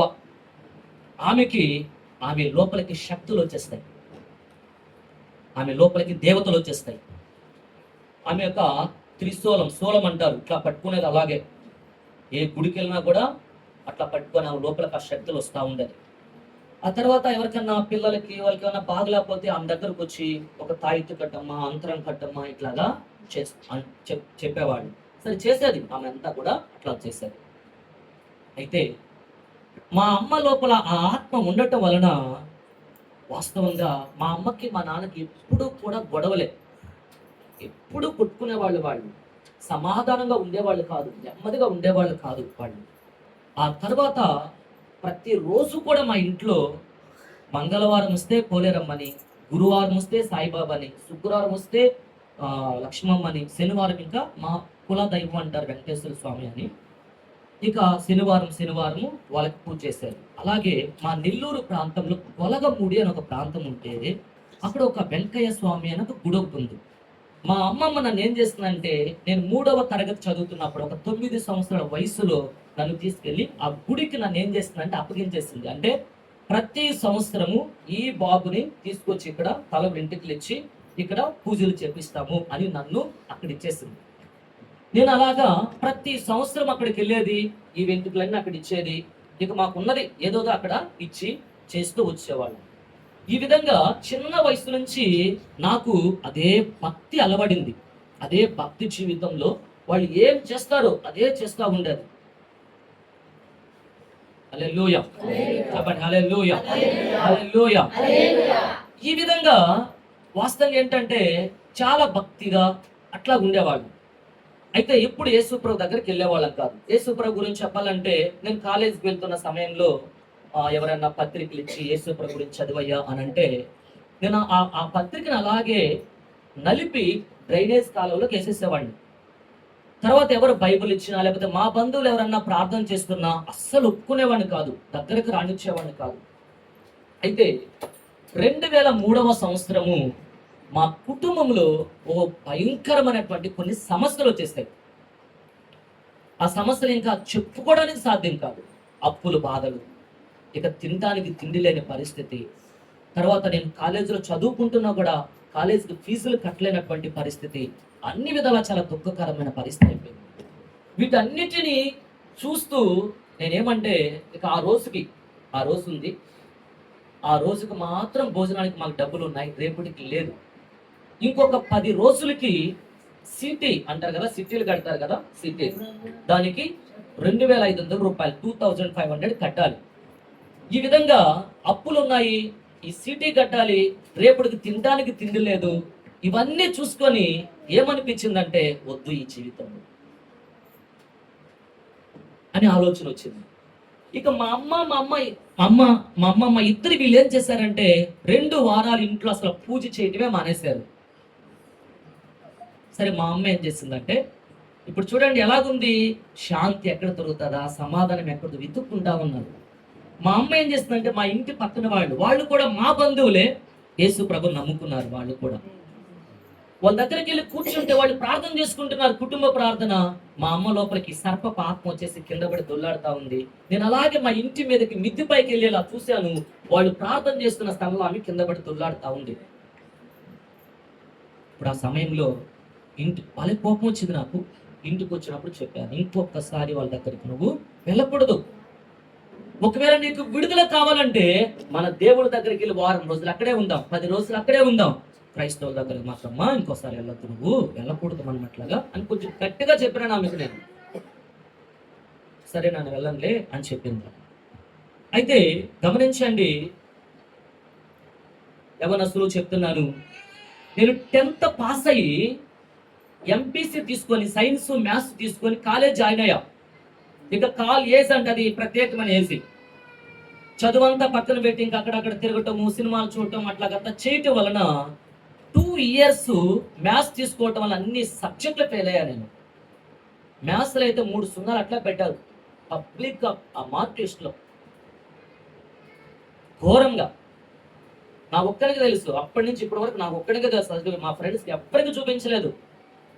చూపించి కృష్ణ అంటే లేదు నేను చూపించిన అని చెప్పి అసలు చూపించలేదు వాళ్ళకి. అప్పుడు ఒకరోజు నైటు వద్దు ఈ జీవితము అని ఆంధ్రాలో అవి గిన్నేరు చెట్టు కాయలు ఉంటాయి ఇట్లా. మా అత్త ఒక ఆమె చెప్పింది, అది తిని కొంచెం బెల్లం తింటే త్వరగా చచ్చిపోతారని చెప్పింది. ఆమె చేసింది ఆ పని ఆమె. సరే మొత్తానికి ఏదో బ్రతికింది. సరే ఆమె చెప్పింది కదా, నేనేం చేస్తానంటే ఇంట్లో వాళ్ళందరూ పడుకున్నప్పుడు వెళ్ళి దాన్ని తీసుకొని దూరంగా వెళ్ళి తినాడని పడిపోతే ఇంతవరకు అయిపోద్ది, నా చాప్టర్ క్లోజ్ అయిపోతుంది, నా గురించి ఎవరు పట్టించుకుని ఉండరు అని చెప్పి అనుకున్నా. కానీ నా మనసు చెప్తా ఉంది, యువర్ బ్రిలియంట్ స్టూడెంట్, నేను బాగా చదువుకునేవాడిని, నువ్వు బాగా చదువుకున్నావు, మళ్ళీ ఇంకోసారి ట్రై చేయి అని చెప్పి నా మనసు చెప్తా ఉంటే అప్పుడు అనిపించింది. మా నాన్న దగ్గరికి వెళ్ళి అడిగారు, చదువుకుంటారంటే నేను చదివించాను నిన్ను అని చెప్పారు వాళ్ళు. సరే అప్పుడు నేను ఆలోచిస్తూ ఉన్నాను, చదువుకోకపోతే నాకు దేనికి పనికిరా నేను అనుకొని ఆలోచిస్తూ ఉంటే మా ఊర్లో 10th క్లాస్ హై స్కూల్లో కాలేజ్ స్టార్ట్ చేశారు, ఫస్ట్ బ్యాచ్ అనమాట మాది. ఇక ఇంటి దగ్గరే ఫీజులు ఛార్జీలకు అవసరం లేదు, గవర్నమెంట్ కాలేజ్ ఫీజులు కూడా అంత ఉండవు. నేను చెప్పాను ఇక్కడే చదువుకుంటారని. సరే చెప్పినారు, చదువుకోమన్నారు. వినండి, మన దేవుడు ఎంత గొప్ప దేవుడో వినండి. నేను ప్రతిరోజు కాలేజీకి వెళ్ళాలి. మెయిన్ రోడ్లో బెరాకా చర్చ్ అని ఒక హెబ్రోన్ మందిరం ఉంటుంది, బెరాకా చర్చ్ అని. అది కూడలు అంటారు కదా, 4 రోడ్లు వెళ్ళే స్థలం, ఏమో సర్కిల్ కదా మనం అనేది, సర్కిల్ 4 రోడ్లు వెళ్ళేది. నేను వెళ్ళాలి కాలేజీకి, నడుచుకుంటాను వెళ్ళాలి నేను, సైకిల్ గారు లేదు అప్పుడు ప్రస్తుతానికి. ప్రతిరోజు ఆ వాక్య బిడ్డ చూస్తాను, ప్రయాసపడి భారం మోయిచున్న సమస్త జనులారా నా ఎద్దకి రండి, నేను నీకు సహాయం చేస్తాను. ఆ వాక్యం ప్రతిరోజు 2 years 2 సంవత్సరాలు ప్రతిరోజు నాతో మాట్లాడుతుంది. ఏ రోజు కూడా చెవివ్వలేదు. ఏ రోజు కూడా వెళ్ళి నేను కూర్చోలేదు. ఇక మా చుట్టుపక్కల ఉంటారు కదా, క్రైస్తవులు ఉంటారు కదా, వాళ్ళు నాకు ఎందుకు చెప్పిన వాళ్ళకి అంతే, అయ్యా చర్చికి రా అంటే చాలే అంతే, ఇంకా కొంచెం కఠినంగా చెప్పారనమాట. ఒక పాస్టమ్మ విజేత అని, వాళ్ళు మా బంధువులే నమ్ముకున్నారు. వాళ్ళు ఆయన పేరు వెంకటేశ్వర్లు, ఆ పాస్టర్ గారి పేరు నమ్ముకున్నారు. నేను సినిమా పాటలు చాలా ఘోరంగా ఉండేది. ఆ పాటలు నిన్ను రోడ్డు మీద చూసినట్టు అనే పాటలు, చాలా ఘోరమైన పాటలు. ఆ పాటలు పెట్టి ఇంత స్పీకర్లు పెడతా ఉంటే ఆ పక్కన వాళ్ళు చెవులు ఇట్లా పెట్టుకొని, ఏంది నాయన ఆ పాటలు అనేవాళ్ళు. వాళ్ళు మా ఇంటి ముందే పోలీస్ స్టేషన్. ఆ పోలీసు వాళ్ళు నాకు ఫ్రెండ్స్. కృష్ణ బాగున్నావా, ఎప్పుడు వచ్చావా, ఎట్లా చదువుకున్నా, బాగా ఫ్రెండ్స్గా ఉండేది వాళ్ళు. వీళ్ళు నన్ను ఏమన్నా అంటే చెప్పాను, మిమ్మల్ని పోలీసులు పట్టిస్తా అని చెప్పేది నేను వాళ్ళని భయపెట్టేవాడిని. అప్పుడు తెలిసేది కాదు ఆ దుర్మార్గం, ఆ అంధత్వం, ఆ చీకటి, ఎంత ఘోరమైనటువంటి ఆ పాటలు, ఆ సినిమా పాటలు. అట్లాగా 2 years అయిపోయింది. ఎప్పుడు చర్చిలోకి వెళ్ళలేదు, ఎప్పుడు ఆ మాట వినలేదు. పక్కన వాళ్ళు ఎవరన్నా కొంచెం చెప్తే వాళ్ళు అక్కడికి అంతవరకు ఆపేసేవాడిని. ఫైనల్ అయిపోయింది నాకు. ఈ రోజుకి 100 రూపాయలు ఉన్నాయి నాకు తెలుసు, రేపటికి లేవు ఇంకా మాకు తిండికి. స్నానం చేసుకుంటా ఉన్నాను. 2 వారాలు ఇంట్లో శనివారం శుక్రవారం ఎవరు పూజ చేయలేదు. నేను పూజ చేయడానికి రెడీ అవుతా ఉన్నాను. అయితే నాకు తెలుసు పూజ చేసినా కూడా వాళ్ళు ఏం సహాయం చేయరు. నాకు తెలుసు శనివారం కాబట్టి పూజ చేయాలంతే. ఎవరు ఈ పాపలు ఉన్నారు, కొత్తగా వస్తున్నారు, వస్తారు పట్టలేదు రేపు పట్టలేదా? నాకు తెలుసు శనివారం కాబట్టి వెళ్ళి కొబ్బరికాయ కొట్టాలి, లేకపోతే అట్టుపండు పెట్టి 4 వెలిగించాలి, అంతేగాని అక్కడ వాళ్ళు మాట్లాడతారు, వాళ్ళు సహాయం చేస్తారని తెలియదు. ఎందుకంటే చిన్న వయసు నుంచి ఇంతవరకు ఎదిగాను కదా, 22 సంవత్సరాలు. చేతి కట్టుకునేవాడిని, తాళ్ళు 3 బొట్లు పెట్టుకునేవాడిని, ఇక్కడ ఒకటి ఇక్కడ ఒకటి ఇక్కడ ఒకటి పెట్టుకునేవాడిని, భక్తిగా కనపడేవాడిని. అర్థమవుతుందా? కానీ ఏ రోజు కనపడలేదు. ఈరోజు శనివారం కాబట్టి చెయ్యాలి, పూజ చేయాలంతే, అంతవరకే. ఇక అయిపోయింది పని. ఇక నేను వెళ్ళి మా అమ్మమ్మని అడిగాను, మా అవ్వని అడిగాను, ఏమ్మా చేయలేదు పూజ అంటే, పూజ చేసి చేసి చేసి మా బ్రతికేలాగైందని నా ఒకేసారి చేసి చేసి. ఎందుకంటే చేసిందామే, ఆమెకి 35 సంవత్సరాలు ఉన్న వయసు అప్పుడే తన భర్త దగ్గర ఉండేది కదా ఆమె. తర్వాత మీకు తెలుసుకోలేదు కానీ పోతులూరి వీరబ్రహ్మం అని గుడి ఉండేదన్నమాట. ఆమె దాన్ని సమర్పించేసుకుంది మా అమ్మమ్మ. వాళ్ళ భర్త దగ్గర పడుకుంటే ఒప్పుకునేది కాదు. నేను అడిగాను ఆమె, ఎందుకమ్మా పూజ చేయట్లేదంటే, చేసి చేసి మా బ్రతికేలాగా అయిపోయింది అని. ఓకే నేను చేస్తానులే అని చెప్పి నేను పూజ చేయడానికి వెళ్తూ మనసంతా ఇక లాస్ట్, రేపు ఎలా చనిపోవాలి, రేపు ఎలా చనిపోవాలి, త్వరగా చనిపోతే ఈ బాధలన్నీ కనపడవు, చనిపోయిన తర్వాత ఏమీ తెలియదు ఇక అన్నటువంటి ఆలోచనతో నేను రెడీ అవుతా ఉన్నా. వెంటనే ఆలోచన వచ్చింది, మా ఫ్రెండ్ ఒక అతను పురుగుల మందులు అమ్ముతాడు, పొలాలకు వాటికి మందులు అమ్ముతాడు. సరే ఆయన దగ్గరికి వెళ్ళి ఒక డబ్బా తెచ్చుకొని పాల్లో కలుపుకొని నేను అమ్మ నాన్న అమ్మమ్మకి ఇచ్చేద్దాము అనుకున్నాను. ఆ సమయంలో ప్రియులారా చూడండి, అదే మా ఇంటి మీద నుంచి నాకు ఒక స్వరం వినపడతా ఉంది, నువ్వెందుకు చనిపోయేది, నేను నీ కొరకు చనిపోయాను, నా వైపు చూడు, నా వైపు చూడు అంటున్నాడు. నా పేరు యేసు అని అంటే నేను నాకు వద్దు అని ఎట్లాగన్నా, నాకు వద్దు, మాకు చాలామంది ఉన్నారు, చాలామంది ఉన్నారు. మరలా ఆ స్వరం నాకు వినపడతా ఉంది, మీరు అప్పుల బాధల్లో చనిపోవడానికి ఇష్టపడుతున్నారు, నా వైపు చూడు, నిన్ను ఉన్నతమైన స్థితిలో పెడతాను అని అన్నారు. ఎప్పుడైతే నాకు ఆ స్వరం వినపడిందో, ఆ స్వరం ఎప్పుడైతే నన్ను తాకిందో, వెంటనే దేవుడి రూలోకి వెళ్ళిపోయేసి నేను చెప్తున్నాను, వెంకయ్య స్వామి మీరు నా దేవుళ్ళు చిన్నప్పటి నుంచి, ఏమో యేసు ప్రభు దేవుడంట, నాకు ఆయన వద్దు, ఇట్లా చెప్తా, నాకు ఆయన వద్దు, నాకు మీరు కావాలి. అయితే ఎప్పుడైతే మీరు కావాలన్నానో అక్కడి నుంచి నాకు ఏ ఆలోచన, ఏ రెస్పాన్స్ రావట్లేదు. వెంటనే మోకాళ్ళేసి నేను చెప్పాను, యేసు ప్రభు నువ్వు దేవుడని నమ్ముకుంటానయ్యా, నాకు ఒక వారం రోజులకి ఆ సీటీ డబ్బులు కట్టాలి, సహాయం చేయి. అయితే ఒక మాట, ఎప్పుడైతే యేసు ప్రభు నేను నమ్ముకుంటాను అన్నాను, నా హృదయం అంతా నెమ్మది శాంతితో నింపబడిపోయింది. ఆ తర్వాత ఎవరు యేసు, ఎవరు యేసు. ఇక మా అమ్మమ్మ మా నాన్న ఆంధ్ర నుంచి ఇప్పుడు మేము ఉంటున్న ఆ బెంగళూరుకి వస్తాం కనుక అప్పుడు అందరూ వస్తారు కదా. ఇక మా అత్త కొడుకు ఒక అతను బేల్దారి పనిచేసేవాడు, మేస్త్రి పనిచేసేవాడు. పెద్ద హాస్పిటల్ ఉంది అక్కడ, వైదేహి హాస్పిటల్ అని. ఆ హాస్పిటల్ కడతా ఉంటే అతను మంచిగా పనిచేసేవాడు. మా అత్త చెప్పింది మా నాన్నతోటి, ఇక్కడ చచ్చిపోతారు మీరు, రండి అక్కడికి వెళ్ళిపోదాము, బెంగళూరు అయితే ఎవరికి తెలియదు కదా, అప్పులు రారు, అక్కడికి వెళ్ళిపోదాం రండి అని చెప్పి ఆమె తీసుకొచ్చింది. నేను ఎగ్జామ్ రాసేసి, కాలేజ్ ఎగ్జామ్ రాసి నేను కూడా బెంగళూరుకి వచ్చేసాను. ఎలా వచ్చామంటే చేతులు ఖాళీ చేతులతో వచ్చాం, ఖాళీ చేతులతో. అటువంటి స్థితిలో కూడా నా తండ్రి, మా అమ్మ తిరుపతిలో దిగి, తిరుపతిలో ఇట్లాగ చేతులు పైకెత్తి, తిరుపతిలో అన్ని బాగా అయితే వచ్చి అక్కడ ఇస్తామయ్యా అని ఒప్పుకొని వచ్చారంట. బాగా వినండి. ఇక నేను ఎగ్జామ్ రాసుకొని నేను ఒక్కడనే వచ్చాను, వాళ్ళు ముందు వచ్చారు. మా అమ్మ అగ్రహార అని ఉంది అక్కడ, అగ్రహార అని ప్రాంతం. మా అమ్మ అక్కడ ఒక నవగ్రహాల గుడి ఉంటే, చిన్న గుడి ఒకటి ఉంటే వెళ్ళి అక్కడ కూర్చుంది, భజన చేస్తూ ఉంటే వాళ్ళు. మా అమ్మ వెళ్ళి కూర్చుంటే నేను ఆంధ్రాలో ఉన్నాను, మా అమ్మ అక్కడ ఉంది. మా అమ్మ ముందు వచ్చి ఒక గొర్రె పిల్ల పట్టుకొని వచ్చి, కల కాదు నిజంగా గొర్రె పిల్ల పట్టుకొని వచ్చి ఆమె దగ్గర నిలబడుకొని, ఏమ్మా అక్కడ నీ కొడుకు ప్రార్థన చేస్తూ ఉంటే నువ్వు ఇక్కడ కూర్చున్నావే అన్నాడు. మా అమ్మ కొద్దిగా అనుభవం, గొర్రె పిల్ల పట్టుకుని యేసు ప్రభు అని వెంటనే లేచి వచ్చేసింది. చూడండి యేసు ప్రభు, చూడండి, కులానికి మతానికి దేవుడు కాదు ఆయన. తప్పిపోయినా నశించిపోయినటువంటి మనల్ని రక్షించేవాడు. చెప్తున్నాను కదా, నిజంగా ఏ రోజు చర్చిలోకి వెళ్ళి కాలు పెట్టలేదు నేను, ఏ రోజు వెళ్ళలేదు. ఈరోజు ఈ స్థితిలో మీ దగ్గర ఉన్నానంటే, నాకు 6 సంవత్సరాల వయసులో ఫిట్స్ వచ్చేది, నాకు మూర్ఛ రోగం వచ్చేది.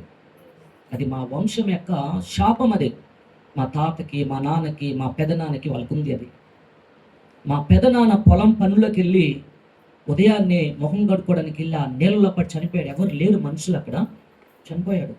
వాళ్ళ కొడుకు పొయ్యిలో పడిపోయి, నిప్పులో పడిపోయి చనిపోయాడు. నాకు కూడా ఎన్నో సార్లు వచ్చేది ఆ ఫిట్స్. ఒక్క నైట్ నిద్రపోకపోతే, ఇప్పుడు వచ్చాను కదా, నైట్ వచ్చాను కదా, నేను నిద్రలేదు, ఫిట్స్ వచ్చేస్తుంది. ఒక పెళ్ళికి వెళ్ళి కూర్చొని ఇట్లాగా ఫ్రెండ్స్ అందరూ కూర్చొని మాట్లాడుకుంటా ఉంటాం, కాలేజ్ ఫ్రెండ్స్. నైట్ అంతా నిద్రపోతే ఉదయానికి ఫిట్స్ వచ్చేస్తుంది. వారం రోజులు ఇంకా అటు ఇటు తిరగటానికి లేదు, ఒళ్ళంతా అంత వీక్ అయిపోతుంది. ఎంత ఘోరమైన పరిస్థితి. ఇక 10th క్లాసు ఒక 2 weeks ఎగ్జామ్ ఉన్నాయి 10th క్లాసులో. స్నానానికి వెళ్ళాను, స్నానం చేస్తుంటే అక్కడ ఫిట్స్ వచ్చేస్తుంది. అట్లాగే ఎంత ఘోరమైనటువంటి పరిస్థితి ఈ దేహం అనుభవించింది. ఎప్పుడైతే ప్రభువు నమ్ముకున్నాను, నన్ను దేవుడు అగ్ని అభిషేకంతో నింపాడు. అగ్ని మామూలు కాదు, మామూలు అభిషేకం కాదు. ఆ అగ్ని నా మీదకి ఎప్పుడైతే వచ్చిందో, ఆ ఫిట్స్, ఆ విధానం మొత్తం పోయేసింది. 22 సంవత్సరాల నుంచి మొదల ఇప్పుడు నాకు రేపు జూన్ 25కి 45 సంవత్సరాలు పూర్తి అవుతుంది, 45 years పూర్తి అవుతుంది. మీ అందరూ చెప్తున్నా, నిజమే చెప్తున్నా. నేను యేసు ప్రభుని నమ్ముకున్నప్పుడు దేవుని దగ్గర ఒక మాట చెప్పాను నేను, నాకు పెళ్ళి పిల్లలు వద్దు. ఎందుకంటే ఎప్పుడు చచ్చిపోతానో తెలియదు కదా, ఎప్పుడు చచ్చిపోతానో తెలియదు. ఆ రోజు నువ్వు మాట్లాడకపోతే నేను చనిపోయా. నేను, మీరు మాట్లాడారు కదా, నీ కొరకే కొన్ని రోజులు పరిగెత్తి నీ కొరకు పనిచేస్తా, నాకు అంతే చాలు అని తీర్మానం చేసుకున్నాను. నాకు వాస్తవంగా ఇంగ్లీషు కన్నడ ఏమీ రాదు, నాకు ఏమీ రాదు. మీ కన్నడ వాళ్ళకి పక్కా, తెలుగు రాని వాళ్ళకి సుమారు 50 మందికి బ్యాప్టిజాలు ఇచ్చి ఉంటాను నేను, కన్నడ వాళ్ళకి. ఇదే బళ్ళారి బ్రదర్ ఉన్నాడు, శ్రావణ్ అని, పూజారి అతను. ఇదే బళ్ళారి మా చర్చిలో ఉన్నాడు, సువార్థకుడిగా ఉంటాడు, కంపెనీలో సూపర్వైజరు. మా చర్చి వాళ్ళు ఆయన దగ్గర 30 మంది విశ్వాసులు ఉన్నారు. ఆయన సూపర్వైజరు, మా చర్చిల వాళ్ళు అక్కడ ఆయన దగ్గర పనిచేస్తారు. పూజారి అతను.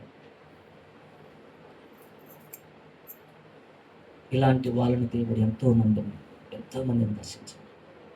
నేను వాస్తవంగా అయితే పూజారులుగా చెప్తాను ఇట్లా, ఎందుకంటే అందరికీ సాక్ష్యాలు, యవనస్తులు చెప్తాను, పూజారులు చెప్తాను, అందరికీ చెప్తాను. ఎందుకంటే మా దగ్గర అవి ఉన్నాయి, ఆ సాక్ష్యాలు పెట్టున్నాడు దేవుడు. హల్లెలూయా చెప్పండి, హల్లెలూయా. ఈరోజు దేవుడు ఆయన చెప్పాడు కదా, నిన్ను ఉన్నతమైన స్థితిలో పెడతానని చెప్పినాడు. ఏమీ లేకుండా వచ్చిన మమ్మల్ని అదే ప్రాంతంలో 60కి 40 ఒక స్థలం తీసుకొని 70 లక్షలు పెట్టి చర్చి కట్టే కృపించారు దేవుడు. ఇప్పుడు కూడా నేను ఇల్లు కట్టుకోవాలి. ఇంకా నేను నాకున్న ఆశ ఒకటే, నా ఏసై కొరకు పని చేయాలి, నా ఏసై కొరకు పని చేయాలి. క్రైస్తల్లా ఇక్కడ అర్థమవుతుందా? నాకు చెప్పాను మీకు, మీరు ఇంకా పూర్తిగా రాళ్ళ దగ్గరికి, ఏసై ప్రభు దగ్గర రాలేదు ఇంకా, మీరు ఆ మహిమను ఇంకా చూడట్లేదు. మీరు చూస్తారు సేవకులు నడిపిస్తున్నారు, దేవుడు రాలేక నడిపిస్తారు. ఇప్పుడు నా స్థితి ఏంటి అని అంటే, ఈ లోకంలో డబ్బు, ధనము, బంధువులు ఇవన్నీ కాదు. సింపుల్గా మీద చెప్పాలంటే లాజరు ధనవంతుడు. లాజర్కి ఏమీ లేదు, ధనవంతుడికి అన్నీ ఉన్నాయి. రోజుకొక మంచి మంచి బట్టలు వేసుకుంటాడు, రోజుకు ఒక్కొక్క కారు. ఈ రోజు ఒక కారు వెళ్తే రేపు ఇంకో కారులోకి వెళ్తాడు. ఈ రోజు ఒక ఇంట్లో ఉంటే రేపు ఇంకొక ఇంట్లో ఉంటాడు. లాజర్కి మాత్రం ఇక్కడ ఏమీ తింటానికి కూడా లేదు. కానీ లాజర్కి తెలుసు ఇది శాశ్వతం కాదు, అది శాశ్వతము. ఈ రోజు ఉంటే రేపు అని చచ్చిపోతాము. ధనవంతుడికి ఇక్కడే సుఖం అనుభవించాలి, ఇక్కడే సుఖం. రేపు నేను కూడా చెప్పాను కదా, ఇప్పుడు చచ్చిపోతే ఏమవుతామో, చచ్చిపోతేనే ఉండేది నిజమైన జీవితం. చచ్చిపోయిన తర్వాత నిజమైన జీవితం ఉండేది. కాబట్టి పిల్లరా, ఆ ధనవంతుడికి అక్కడున్న విషయం తెలియదు, లాజరుకి అక్కడున్న విషయం తెలుసు. దానికి ఆయన కష్టమైన నష్టమైన దేవుని కొరకు బ్రతికాడు. చనిపోయిన వెంటనే వెళ్ళి విశ్రాంతి తీసుకున్నాడు. ధనవంతుడు ఇక్కడే గొప్పోడు కావాలనుకున్నాడు. చనిపోయిన తర్వాత వాడితో ధనం రాలేదు, డబ్బు రాలేదు, బంధువులు రాలేదు. అక్కడికి వెళ్ళి ఏడుస్తూ ఉన్నాడు. కళ్ళు మూసుకొని చిన్న ప్రార్థన చేసుకుందాం. సైతాను అధికారంలో నుంచి దేవుని వద్దకు రావాలి. ఈ స్థలంలో ఉన్న మీరు దేవుని వద్దకు వచ్చినారా? వెలుగులో జీవిస్తూ ఉన్నారా? సత్యములో జీవిస్తూ ఉన్నారా? దేవుని కోసం జీవిస్తూ ఉన్నారా?